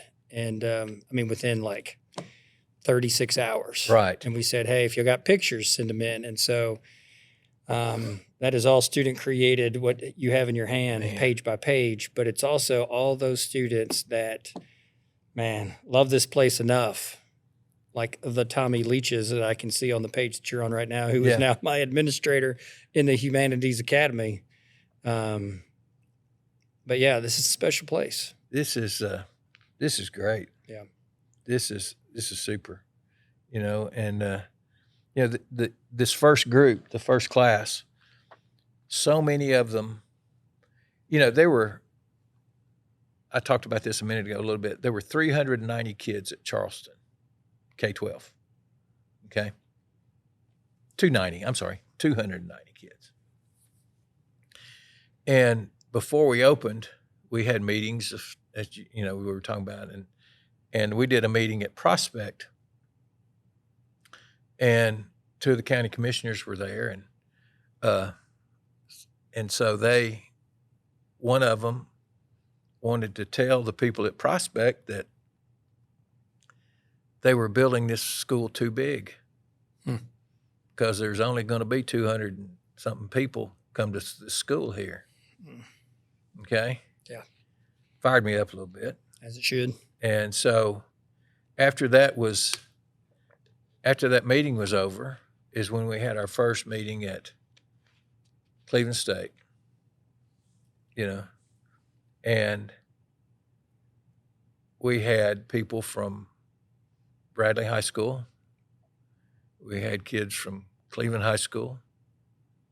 We had kids from McMinn County High School, Polk County High School, Ooltewah, all the way to Chattanooga Central. That came to that initial meeting. I'm talking about just to find out what's going on with us. Yeah. It's 2026, and there are kids still driving 20, 30, every school, 40, every 50 school minutes you just named. to come right here. Every school you just named. Mm-hmm.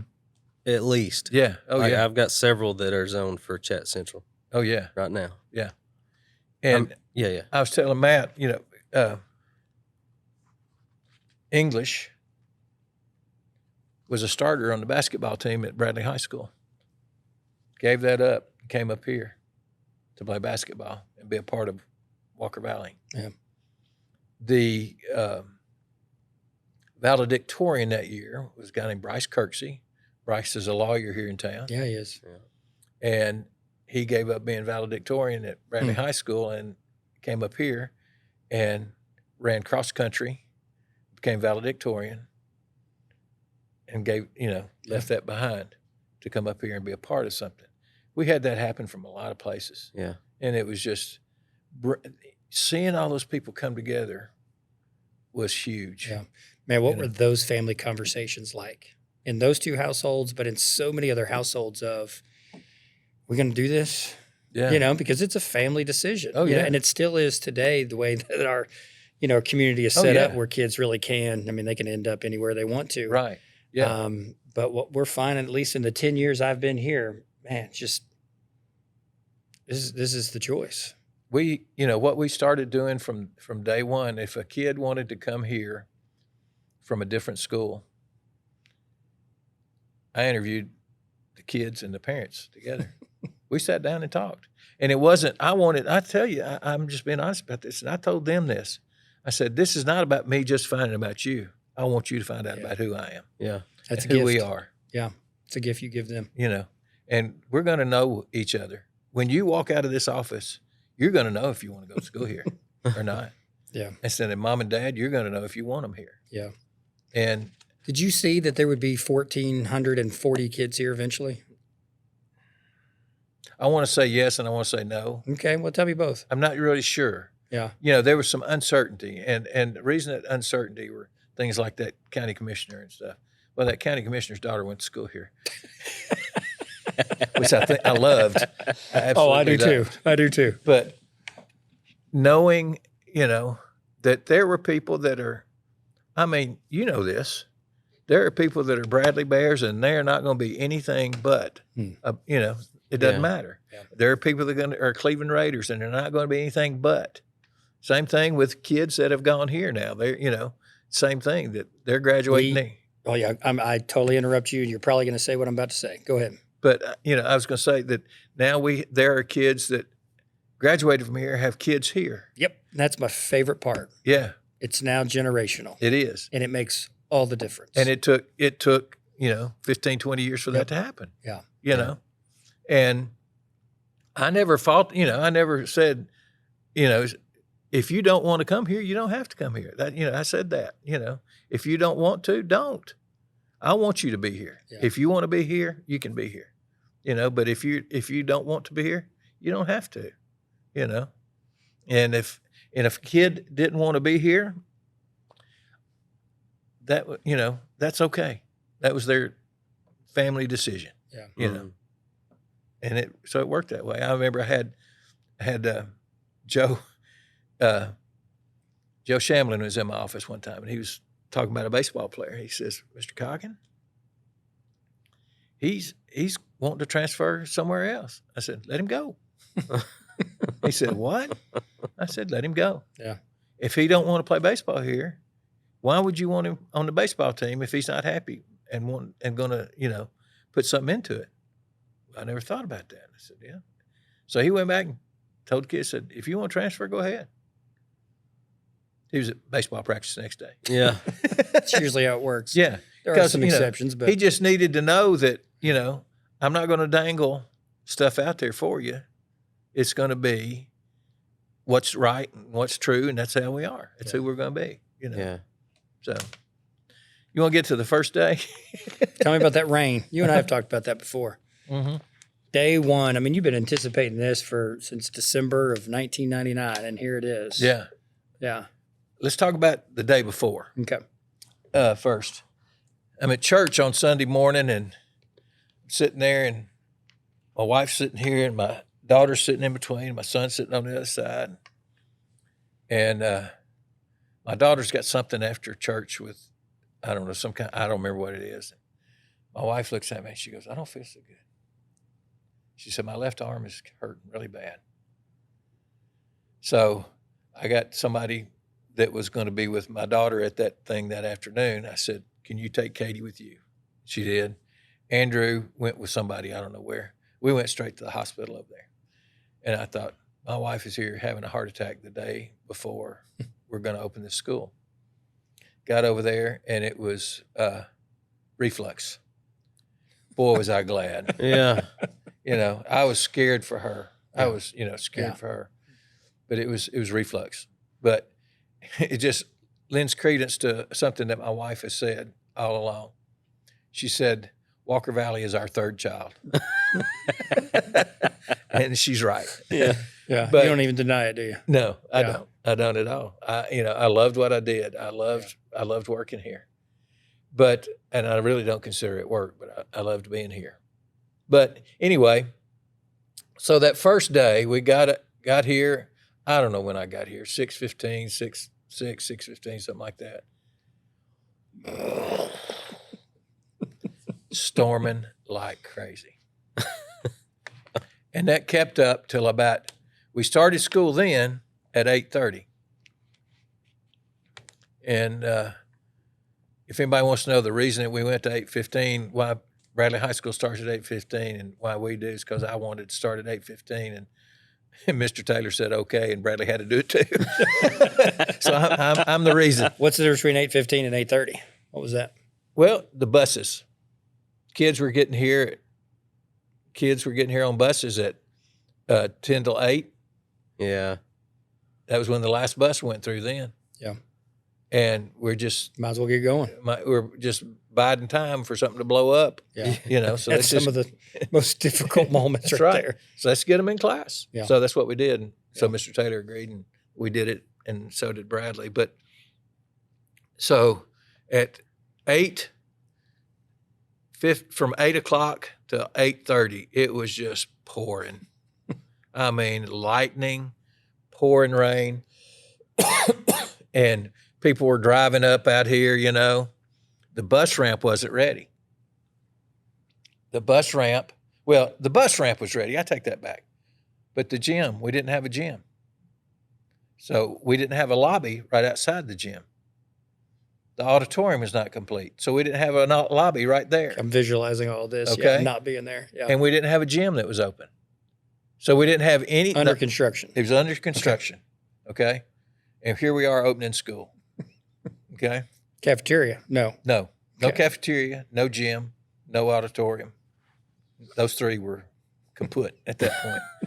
So the buses came in at that entrance to the gym that's over there on the east side, okay?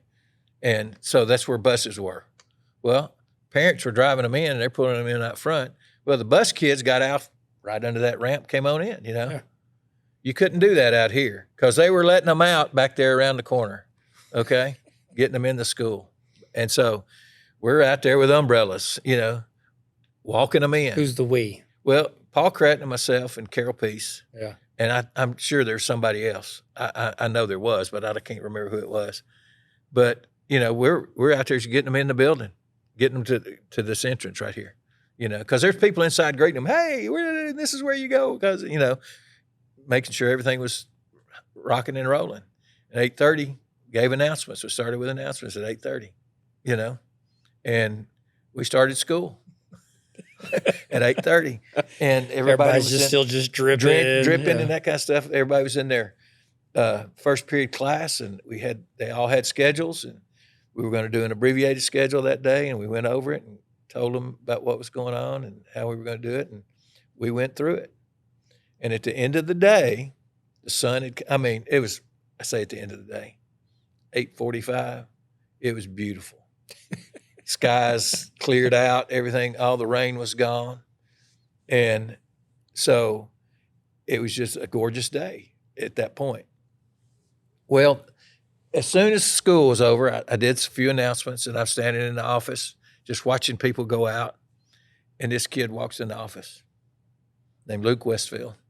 Luke was a senior. Do you know Luke? I love Luke. I played soccer with him. We went to Bradley Junior together. Yeah, great dude. He's another one of those guys that left Bradley High School and came up here. Yeah.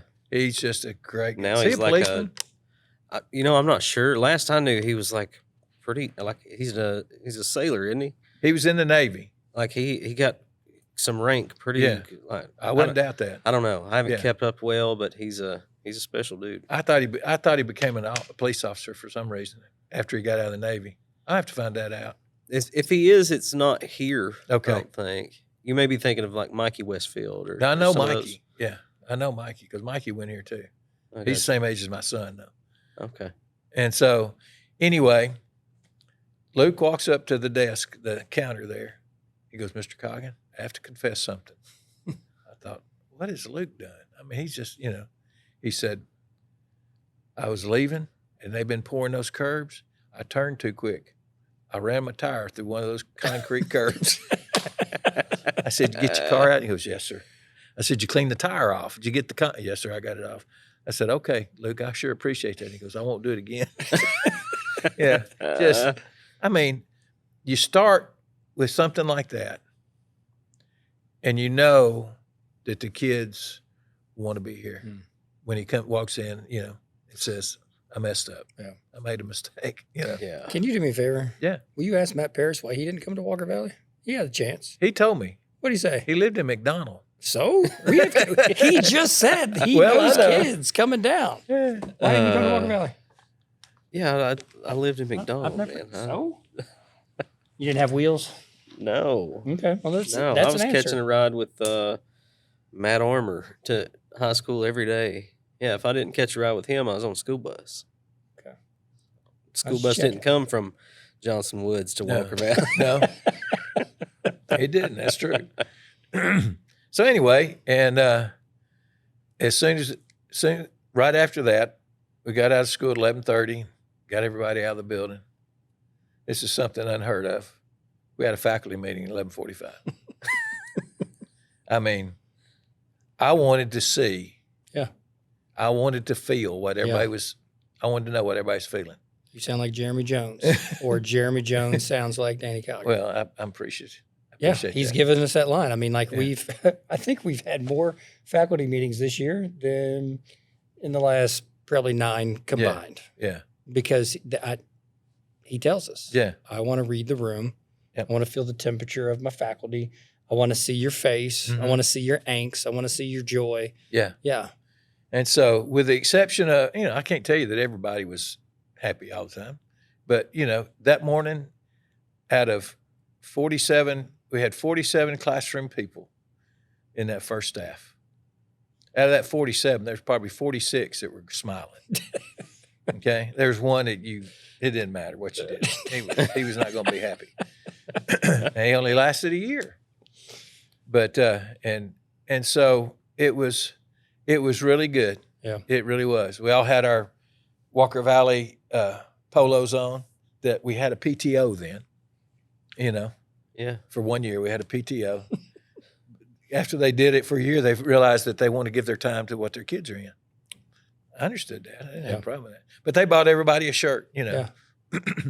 And it was really a neat day. Yeah. I remember standing there and people are just happy. Well, mission accomplished. I mean, from January, how many times did you meet with your staff from that January 2nd to that first day of school?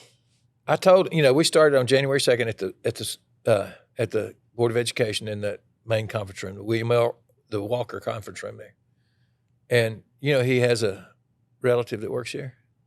Who's that? Lauren Lindbergh her grandfather was Bill Walker, who was the superintendent of schools for a long time. Won like 2 or 3 state championships at Bradley High School in basketball, So anyway. Oh, I did know that. She's got a picture of him. I wouldn't doubt it. As a young baller. Yeah. Yeah, with some of his fellas. Yeah, I did know that. Yeah. And so anyway, I forgot where I was going with that. Oh, yeah, we were meeting in that conference how many room. times? Yeah, how many times you meet? And so we, when everybody walked in, we gave everybody a notebook, and it said about, it was my philosophy of high school, what it wanted to be like, what we wanted it to be like. It was Mr. Taylor's philosophy of what a high school should be like, which I was asked him if he'd write something. He said, yeah. So he did, and I still have that notebook, by the way. And I would love to see that notebook sometime. Well, Dana McClanahan put it all together. Yeah. And it had, everybody was there, their birthdays, it had anniversaries, it had, that stuff about, because the relational stuff. Yeah, relational stuff. That's right. And then it had committees and that kind of stuff about, what we were going to do, what we needed you to do as a member of Walker Valley, because you're going to be doing double duty for a while. And, we had teachers that were at Truett. We had teachers that were at Bradley Junior High, not just Bradley High School and not just Charleston. We hired 2 people from outside the system. One of them was a special ed, one was a CTE. Wow. And that was it. Everybody else was in-house. And was that Dean Anderson? Was he one of those? I counted him as in-house because he was at Bradley Junior. That's right. He was the SRO. Okay, I see that. And so, but just the 2. One was Terry McElhaney, who's now the supervisor for buses. Sure is. Yeah. And the other one was Katie Chastain. And so I told them that first day, I said, guys, here's what I want you to understand. You're going to work harder than you've ever worked. And you'll love it because you are putting into kids what you need to do. You're doing what you're going to do. But I'm going to tell you, if you're not willing to work, I said, I'm telling you right now on this first meeting day, I said, I'm not going to say a word. If you say, I don't want to do that, I'm going to go somewhere else. I don't have a problem with that because we're going to work and we're going to work hard. We're going to do what's right for kids. And that's where we are. And if you can't do that, I'm sorry. We're going to do something. You need to look at something else. Yeah. I did have a few that didn't stay. Yeah. And the people that. Everybody make it through the first year? Not from those folks. Some of them didn't make it from that meeting at the central office. To day one. Okay. They had some that didn't make that. Okay. And then after we got here and we, stabilized everything like that, we had 2 that made it the first year and didn't come back. And one of them was that guy that wasn't real happy sitting in the back. Yeah. Okay. And his cohort, his best friend, they didn't make it the second year. Yeah. And it was not my choice. It was their choice. That's pretty good going 44 out of 46. Yeah. Yeah. So that was their choice, Yeah. And we had some stellar math people. Beverly Tipton became the principal at Charleston. We had Sue Turner that came here from Bradley High School, and Miss Renner from Bradley High School. But Renner was wrong name. No, that's right. Yeah. Anyway, and Lou Jean Bryan. Lou Jean Bryan ended up being the Time Teacher of the Year for the whole country. That's pretty impressive. Yeah, we've seen, I don't know, there may be a USA Today article about her that hung up in the office for a while. Yeah. She was unreal. She could take her left arm, she could make a circle. It was a perfect circle. Wow. I don't know how something wasn't connected or something, but she could do it. But man, she could make kids. What she did, she presented herself. She was highly intelligent, but I had to have a conversation with her one time. Lou Jean, you've got to bring them from where they are upward. You can't expect them to be here and know everything that you're talking about right away. She just looked at me. I said, I know it's in you. She changed the way she did stuff. And it was after that she became Time Teacher of the Year. But we had just a faculty that wanted to be here. And that was really good. And everybody goes, you got to start with the faculty that you wanted to. Well, yeah, but I did. That's why I brought everybody that came from Charleston. They were either here or at a middle school, but they wanted to be here. And that's why I did that interview thing with them. with each one of them, That's how you picked up a 20-something Nicole Gober, isn't it? That's right. She was at Charleston. Sure was. And, she had been in the Hamilton County schools before that. Yeah. She was at East Ridge. They came up here to teach at Charleston. And she was at Charleston 2 or 3 years, I guess. Yeah. And, buddy, she's here in the 25th year of Walker Valley. Yep. And she's still the one that, if you want to have a good time, you want to get work done and it be not miserable, bring Nicole Gober in. Yeah. Because she just loves on people. She just takes care of people.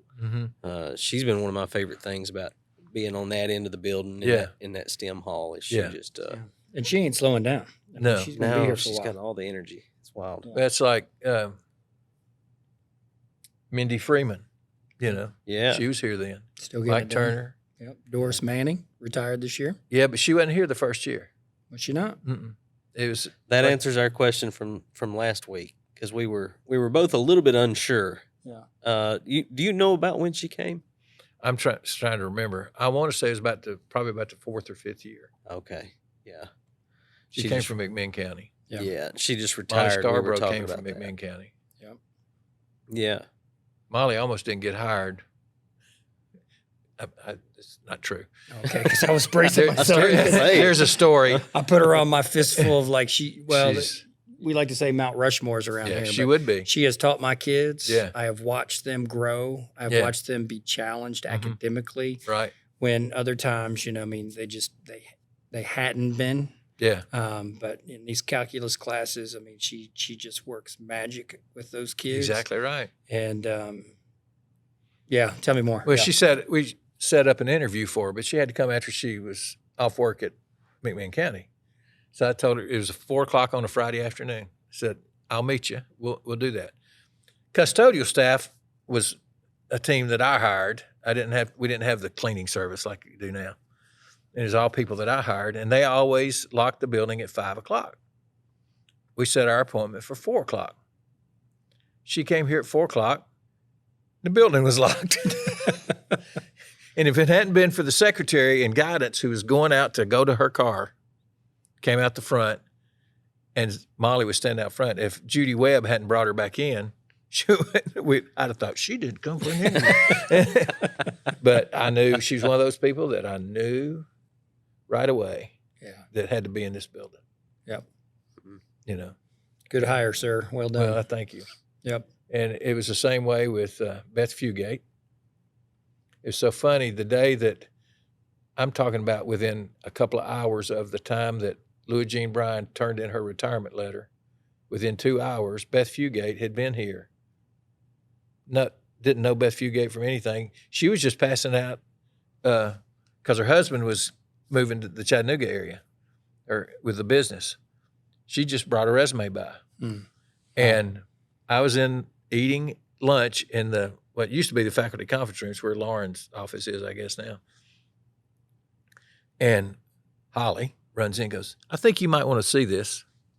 And it was Beth Fugate's resume. She had been teaching at Lenore City, I think. I'm not up that area somewhere. I looked at it. I went out. I got up. I went out of the building. She had just gotten in her car. She was out here with her mom. Her mom was driving her around. I said, can you come in? Wow. So, that's a great story. And she was headed out to do some things. So she came in for a few minutes, and I did an interview later on. I walked her around the building. I said, we'd love for you to come here and be a part of this. She was looking at Ooltewah. She said, well, I've got to. I said, take your time. And we'd just love to have you here. You'll know. You'll know after you go to Ooltewah. She knew right away. And she came here, Yep.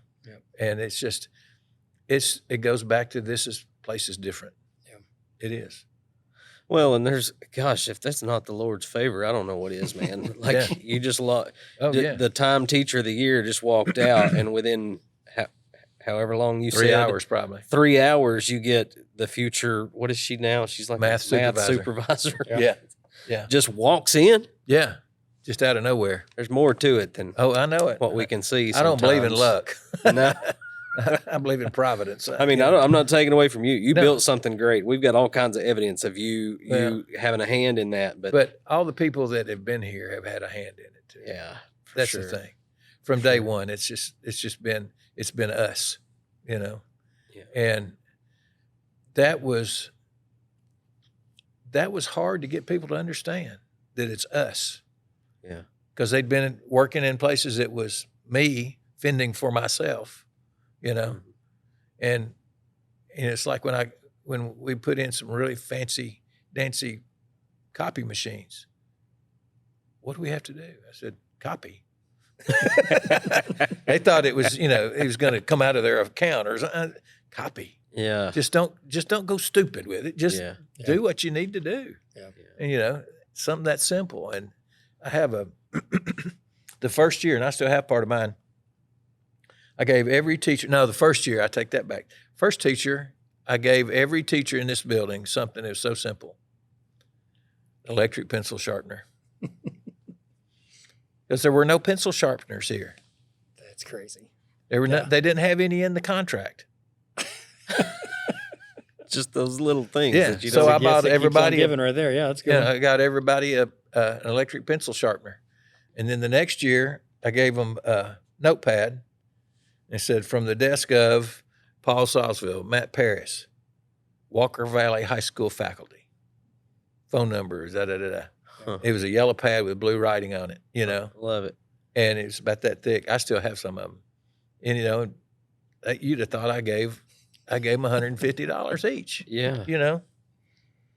But it was just things that, you do things that make, and you think that's very little, but it makes them feel appreciated. That's all we want. We just want to be seen. That's right. See me working hard. Yeah. See me doing my best. Yeah. See me at my best. See me at my worst. But at least acknowledge see that. Me. Hey, see me. I'm a part of this. Yeah. And I use this as a part of me because when I was at Bradley High School, I was there for 21 years. I was evaluated twice.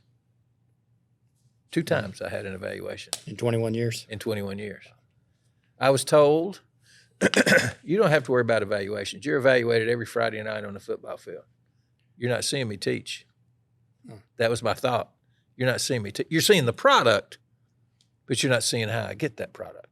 Yeah. And Are you telling me you wish you would have been observed more? Yeah. And had some legitimate feedback? Yes. Yeah. Yep. Because there is nothing like it. Oh, I know. There's nothing like constructive feedback. That's right. It's exactly right. Yep. And so when we got here, I knew that there's, we were doing evaluations, but, we started into the coach model, all that stuff. It took away the real great evaluating thing, which was, I'm going to pop in your room, sit down and watch, and then we'll talk. That's okay. That's pretty much the coach model if you really want to know that you're supposed to be following. That I guess they're still doing that model. Well, it's kind of like most of our observations now are just pop-ins. Yeah. And then we get some feedback. So, but there was a time. It was very informal feedback. Yes. And see, and but then it became something different. Yeah. Yeah. And I loved doing that informal feedback. I'll never forget going into Richard Jackson's office. This really made me feel like I was doing something right and important. I'd written him a note one time, said, thanks for everything you do. I appreciate it. And I stuck it on his desk because he was doing a ton of stuff. It was all around graduation. He was getting, He's being Richard Jackson. He was. And I said, I really appreciate something like that. He kept that on his bulletin board in his office. I thought, it makes a difference. It makes a difference. It makes a difference. It does, And that's what evaluations ought to be. Yeah. Is saying, this is what we're going to do. And this is what you've been doing in the classroom. And I appreciate that. But let's look at it like I did with Lou Jean. Lou Jean, let's open that up a little bit and see how we can bring them up to what you're trying to do. Mm-hmm. And that's what my philosophy always was, and even when I was teaching, you take them from where they are and you move them to where you want them to be. Yeah. I think back when I was a band director, there were times that we had great Brian Gallagher's, Beth Whitaker, who was same age as Brian Gallagher, and just outstanding, just, all-state musicians and that kind of stuff. And we benefited from that as a band, having that. But then we had those years that we didn't have those Brian Gallagher's. It's public education. That's right. Mm-hmm. Yeah. And so my job was it didn't matter if we didn't start here, we were expected to be up here when we had the Brian Gallagher's. I wanted them to get to that same point, and we did that, and it was because you have to move them up. You can't just lay it out there and say, you got to do this. You reach your hand out there and say, let's go. We'll go together. That's that relational thing. Well, I've witnessed that with that band. I'll bring it up again. Yeah. 25 years? Heck yeah. Oh, yeah. To that place right there? Yeah. Moving people. Yes. I mean, Friday nights are the show, the performance, but man, there's a process to that. Mm-hmm. And I'm going to see those folks out in that parking lot in the heat of July. That's right. Getting it done. That's it. And that's why Friday night sounds like Friday night. Yeah. It's because of the Julys. That's right. And the 100%. The fourth blocks and the after school, and like those kids just love being here because something has been created for them. Yeah. A physical space that they call their own, but those folks who show up every single day for them. Yeah. So I draw great inspiration from that. They know there's care. Yeah. Yeah. They know they care. Yeah.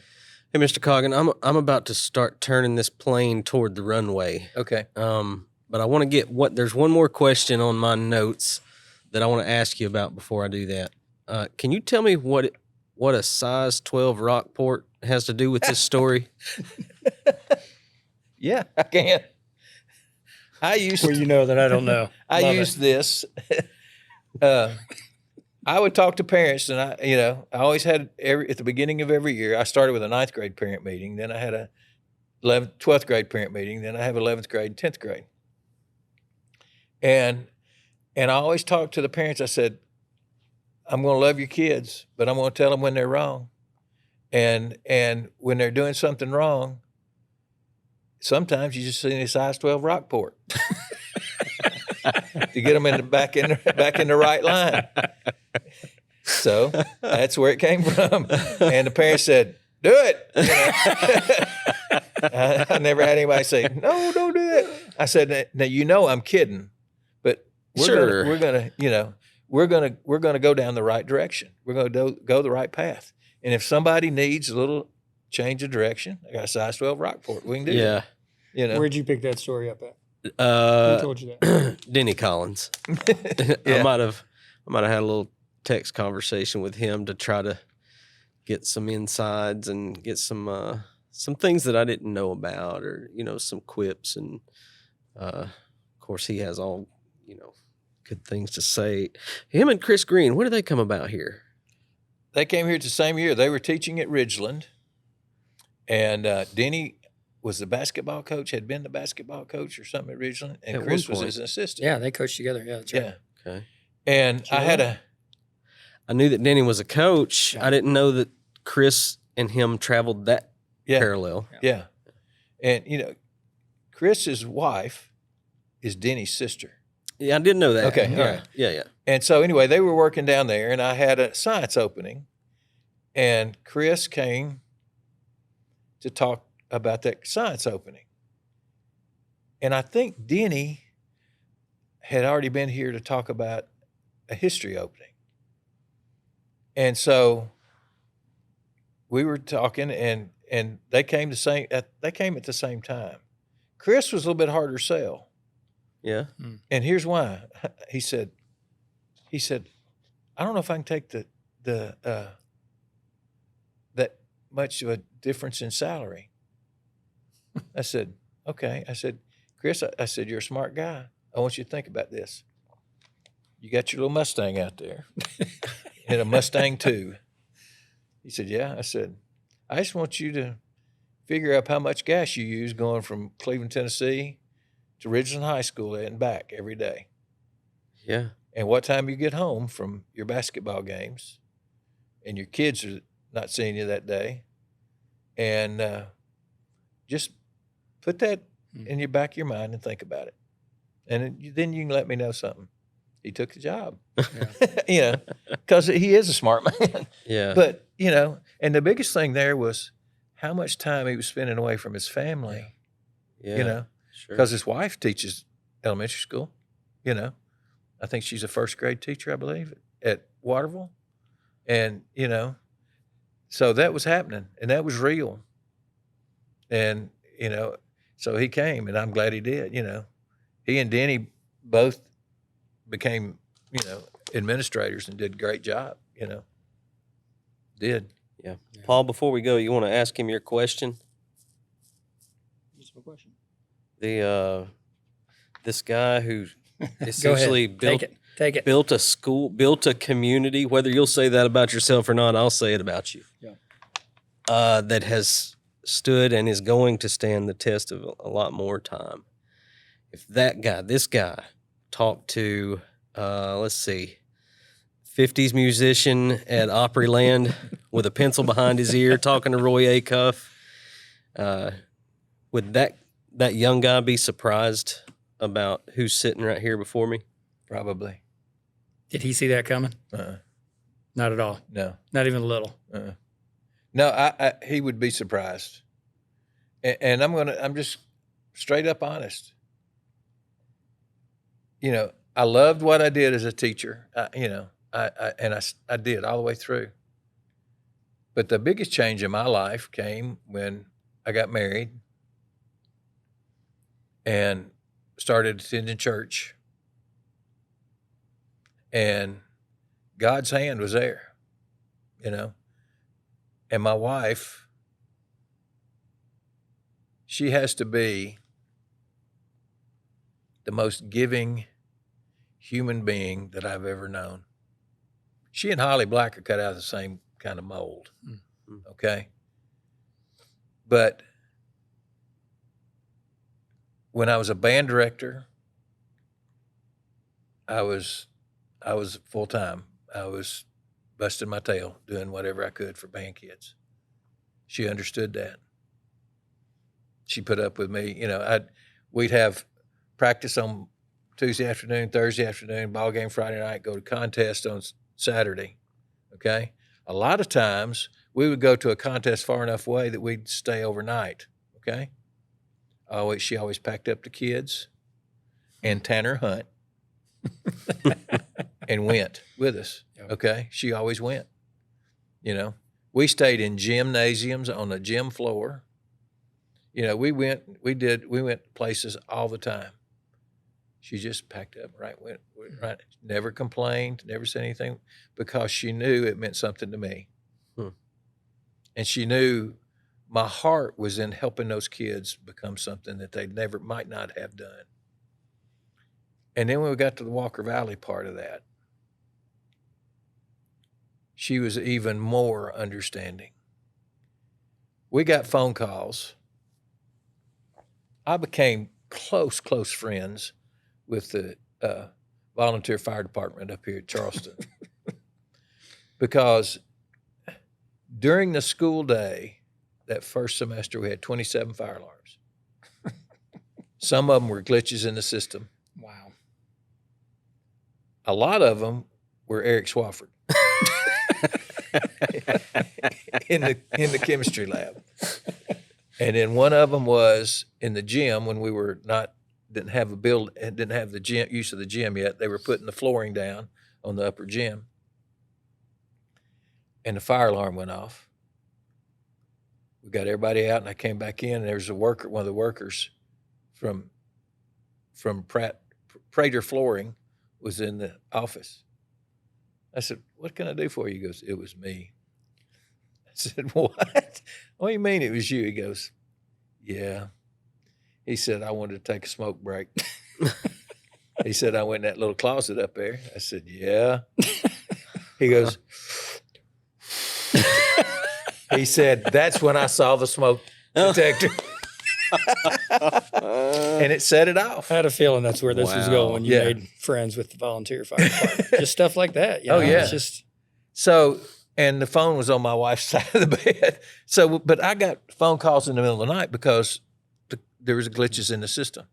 So we would, every couple of weeks, there was, I was up here at 3 o'clock in the morning, with the fire department.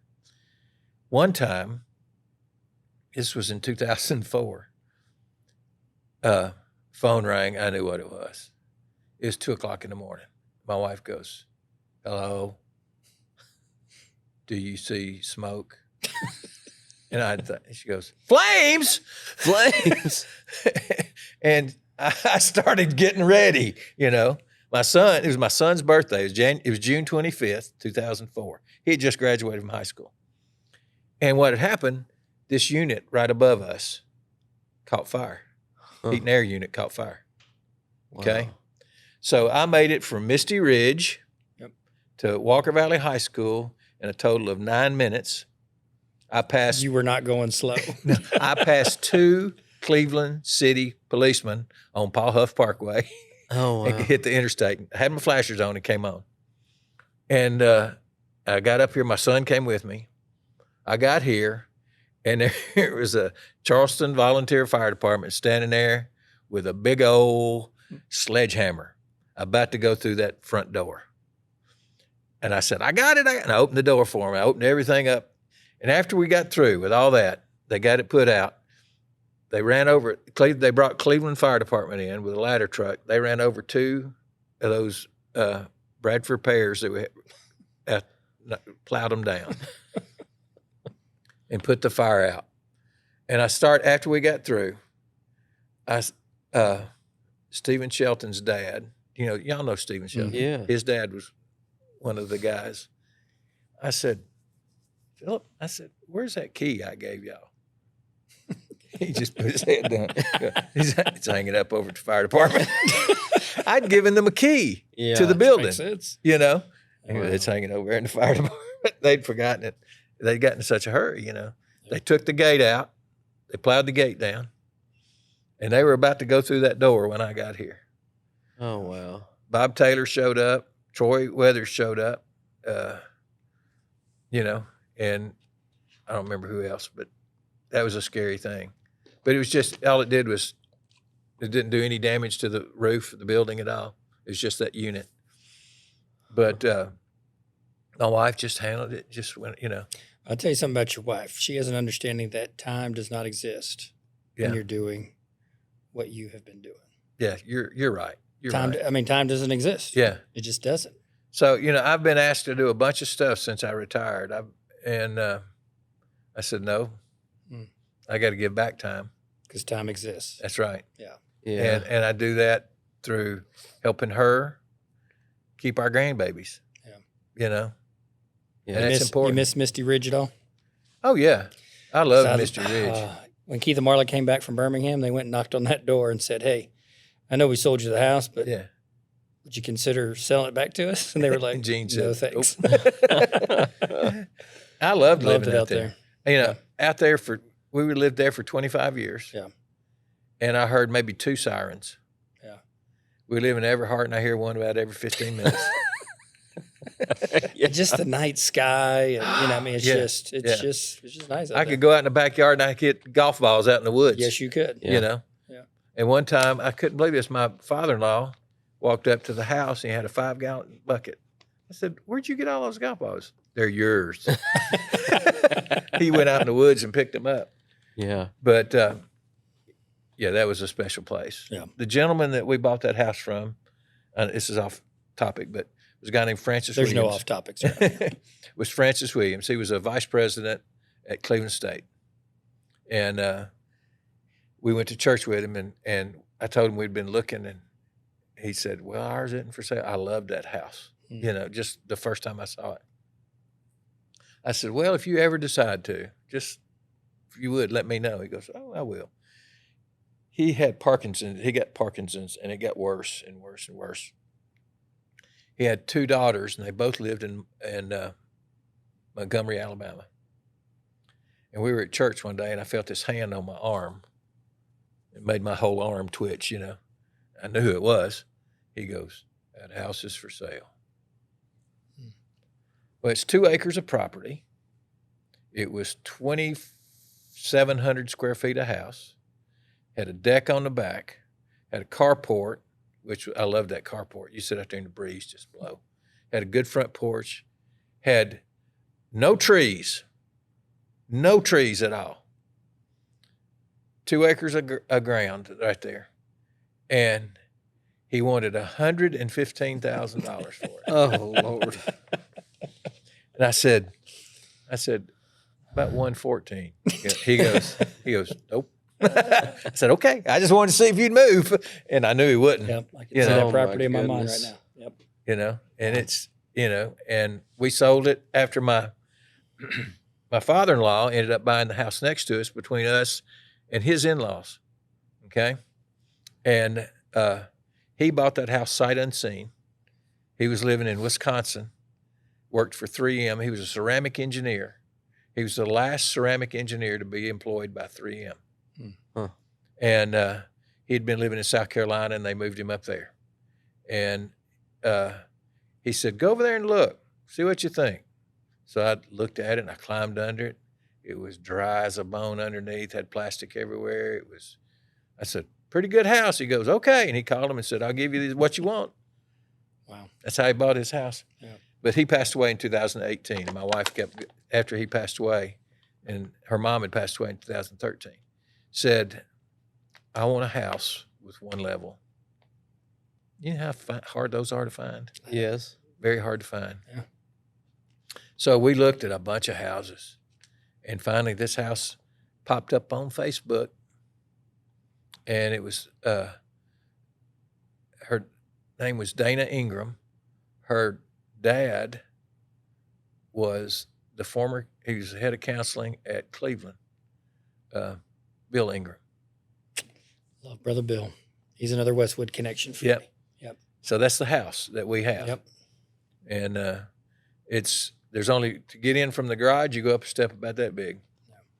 And that works out, and it pretty timely because my wife's had 3 knee surgeries since that time. So it's worked out pretty good. Yeah. All right, here's my last one. I got to hop on a Zoom at 7. Will you speak to us who are now under the leadership of Jeremy Jones and just tell us about that guy just a little bit? I think he really does want to be here for the next 25 years. He keeps saying that. I don't disagree. And I can see it. Yeah. But will you tell me just a little bit about him from when you hired him and how you have seen him grow and what you see for the future of Walker Valley under his leadership? Well, I'm going to start with now and work forward and then work back. Yeah. No, I'll do it the other way. I'll just go chronological. When that first time I met him and I did that interview, and it was for a part-time job, I knew there was a heart there as big as all the world. You know, he cared about just the way he presented himself and the way he talked. You knew that he cared about kids and people, and that was his pastoral background, I'm sure. But that doesn't do it all. It's got to start from somewhere. You know, that pastoral background got there because of the heart that was there to begin with. So, I knew, and that's like I told you, I knew I had to hire him, but I couldn't get him for that. Yeah. And he came to Bradley Jr. I can't remember how long he was at Bradley Jr. 3 years, 2 years?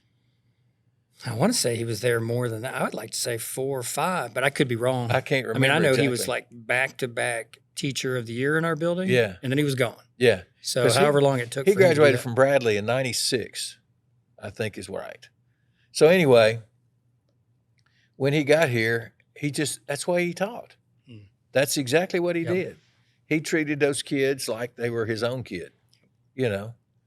And so when he got the opportunity to go to Valley View, I thought he will be there until he doesn't want to be.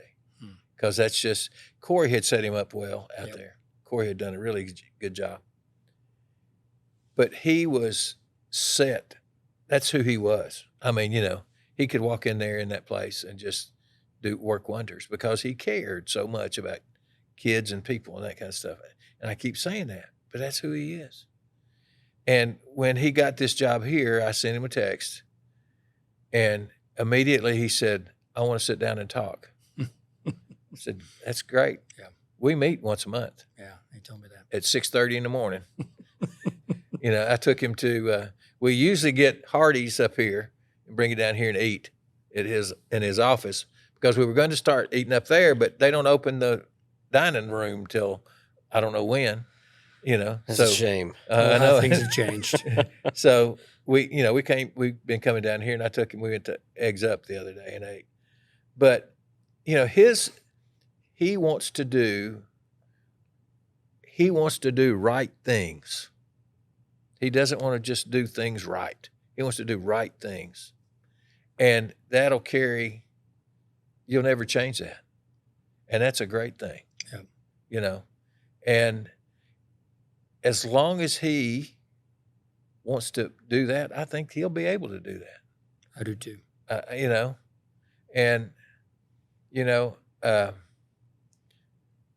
had a special place for Nat in my heart, because he's, I hired him here. And I remember coming and walking into his English classes when we came up for 8th grade visits. Yeah. And I always made sure I picked Wednesdays so I could get my chicken casserole. There you go. And see Nat in the class. Yeah. Because he was that good in the class. Oh, yeah. He was incredible, And the first time I met him was in an interview. And I looked at Carol Peace and I looked at Dana McClanahan. And I said, we will hire that man. Yeah. We will.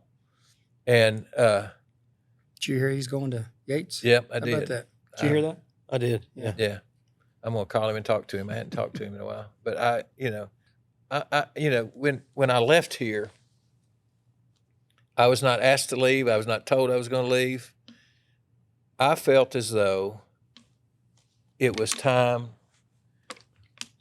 to move it to that next level. And I didn't know if I had that energy still in me. I'm just being honest about that, because it took a lot of energy, because I was here 15 years, and that's not normal for a high school principal. It is not. So, and I gave it everything I had for all 15 of them. The first one was in the central office, working down there, getting it ready. Counts. I know. Oh, I know. And so I knew when I left who needed to be here. Did you have some say in that? Yeah. Yeah. Because he didn't interview. Did not know that. And Dr. Cash asked me, who does it need to be? Wow. I said, Nat Occhiona. Yeah. She talked him into it, Huh. And he did an incredible job. He really did. And, I didn't know Candace that well. I'm not saying she did anything right, wrong, or indifferent. I just didn't know her that well. We did move forward with her, though. Huh? We moved forward. Oh, yeah, you're exactly right. It was another step 100%. forward in that direction. That's right. I don't disagree with that at all. And so, and then when I heard that Jeremy was coming, again, it was one of those things that my heart was very happy. Yeah. And I wish I had been here when he walked in to the auditorium. Man. It was awesome. Tanner Hunt, as soon as he found that, he let me know. He goes, that place erupted. Yeah, it was in here. Was it in here? Yeah, we were in Okay. here. It was. Okay. And as soon I was sitting over there, and I could tell when he showed up, because these people back here that could see the door, Yeah. they just erupted. Yeah. Yeah. Which we knew. I think a lot of us knew who was coming. And Yeah. we're excited about Yeah. it. Yeah. Yeah. And, and when you treat people right, which he's going to do, when you treat people right, you can accomplish many things, because people will want to accomplish, to help and do great things and do great things. In order to be a part of something bigger than themselves, which brings us all the way back to your heart for this place and who you invited to be here. I appreciate that. Yeah. Shoot, we appreciate it. Because we're a part of it. Yeah, we're a part of that legacy. It's just, We're going to carry it on. Well, I'm appreciative of that. People ask me, say, well, what do you think? What do you think? I say, they're on their own, but I love it. I love, Because this is your kid. Yeah. And your kid has gone on to do their own thing. That's right. Yeah. And, how about that? You were talking about that size 12 Rockport thing a few minutes ago. And I always told I told this to parents every year. I want you to understand, I'm a parent before I'm a principal. And I'm going to treat your kid like I would treat mine. Yeah. And there are going to be days that we disagree.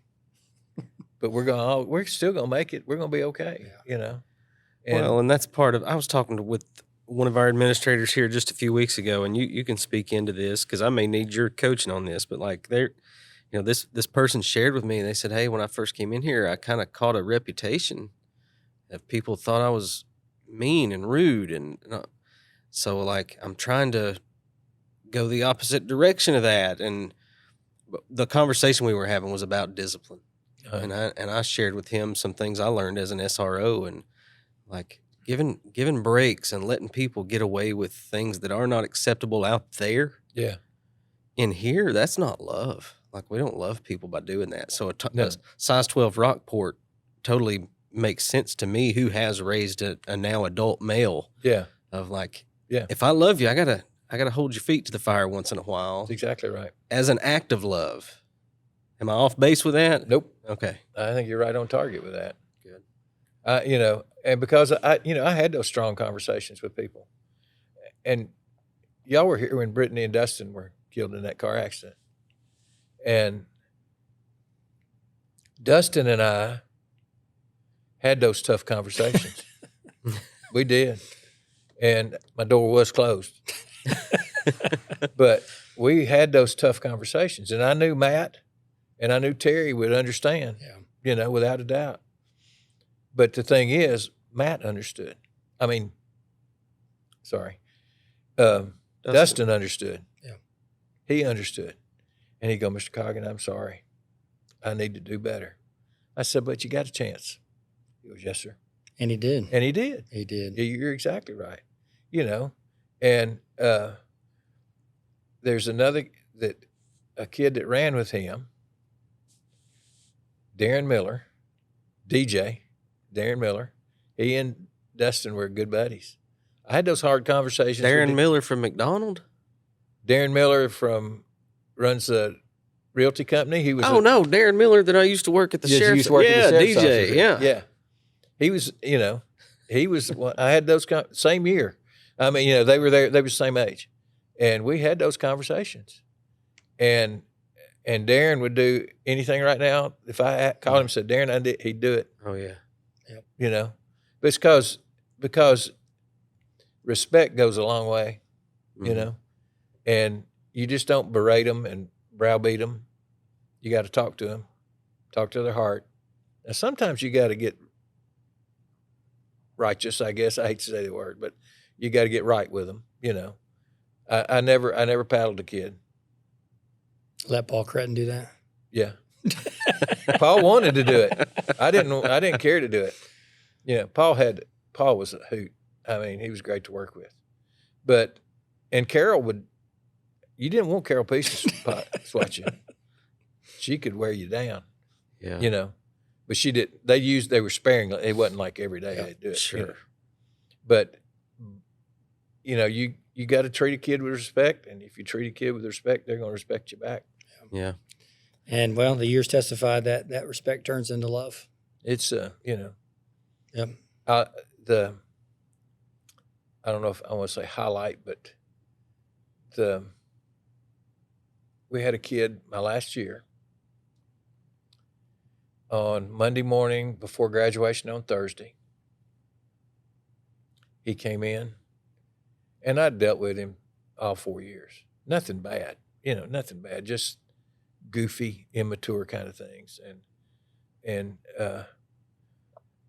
And so he came in on Monday morning before anybody else was here.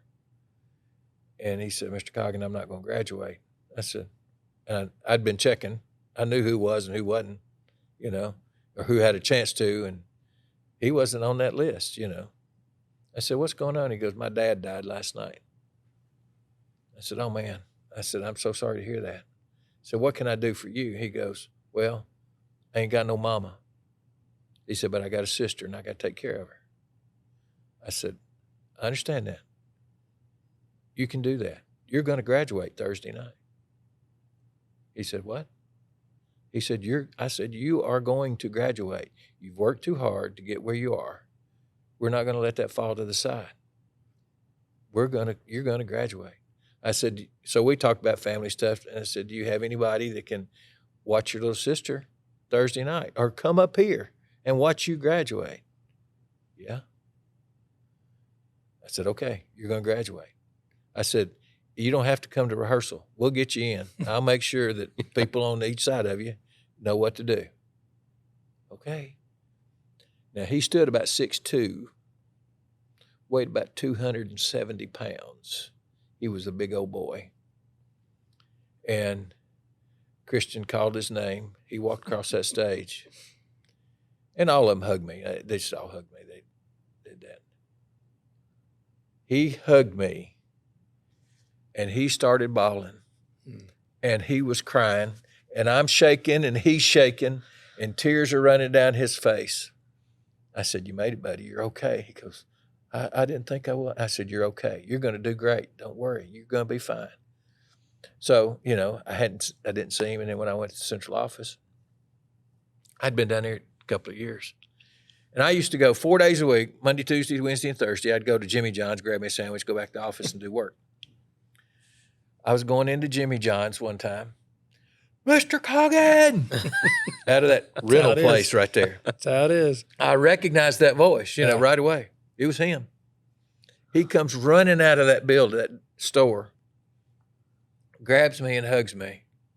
He says, I thank you. I just can't believe you let me do that. I thank you. You know, we stood there and talked about 15 minutes. You know, that's what it's about. Yeah. You know. But he wasn't going to graduate, he said. You know, he was giving it up. We make things happen. That's right. Yeah. We sure do. And I talked to all his teachers, and I said, the boy's going to graduate. You know, he was fine in every class, you know. But it was just heartbreaking because, you know, I ain't got no mama. And I got a little sister I got to take care of. Yeah. It was just, you know. I don't think there's a better way to end than a little testimony time of the difference we make in kids. Yeah. Matt, take this last word, wrap this up. Yeah, listen, you're, first of all, for you to come and spend your time with us, I've said before, and I can't iterate enough that I appreciate you. And anytime I get to sit with you, I count a blessing, and I count myself fortunate to be able to glean anything from you. Well, I appreciate it. I thank you for the offer. Yeah, and this story, your story, it was silly of me to think that we can fit it into a couple of hours because we could start now and go another 2 or 3 hours and we'd still be learning from you. But I want to be respectful with your time, and Paul has a deadline that he's about to make himself late for if we're not careful. So I just want to wrap up by saying thank you so much. And I've said before to other people, if we do this long enough, I'd love to have you back and sit down and get some more of this story because it's a huge story. And but thank you. Thank you. Last word, Paul. Thanks. Appreciate y'all. Thank you so much. I appreciate what you do and what you do for Walker Valley and the kids. Yep. We'll keep doing it. We will. Thank you.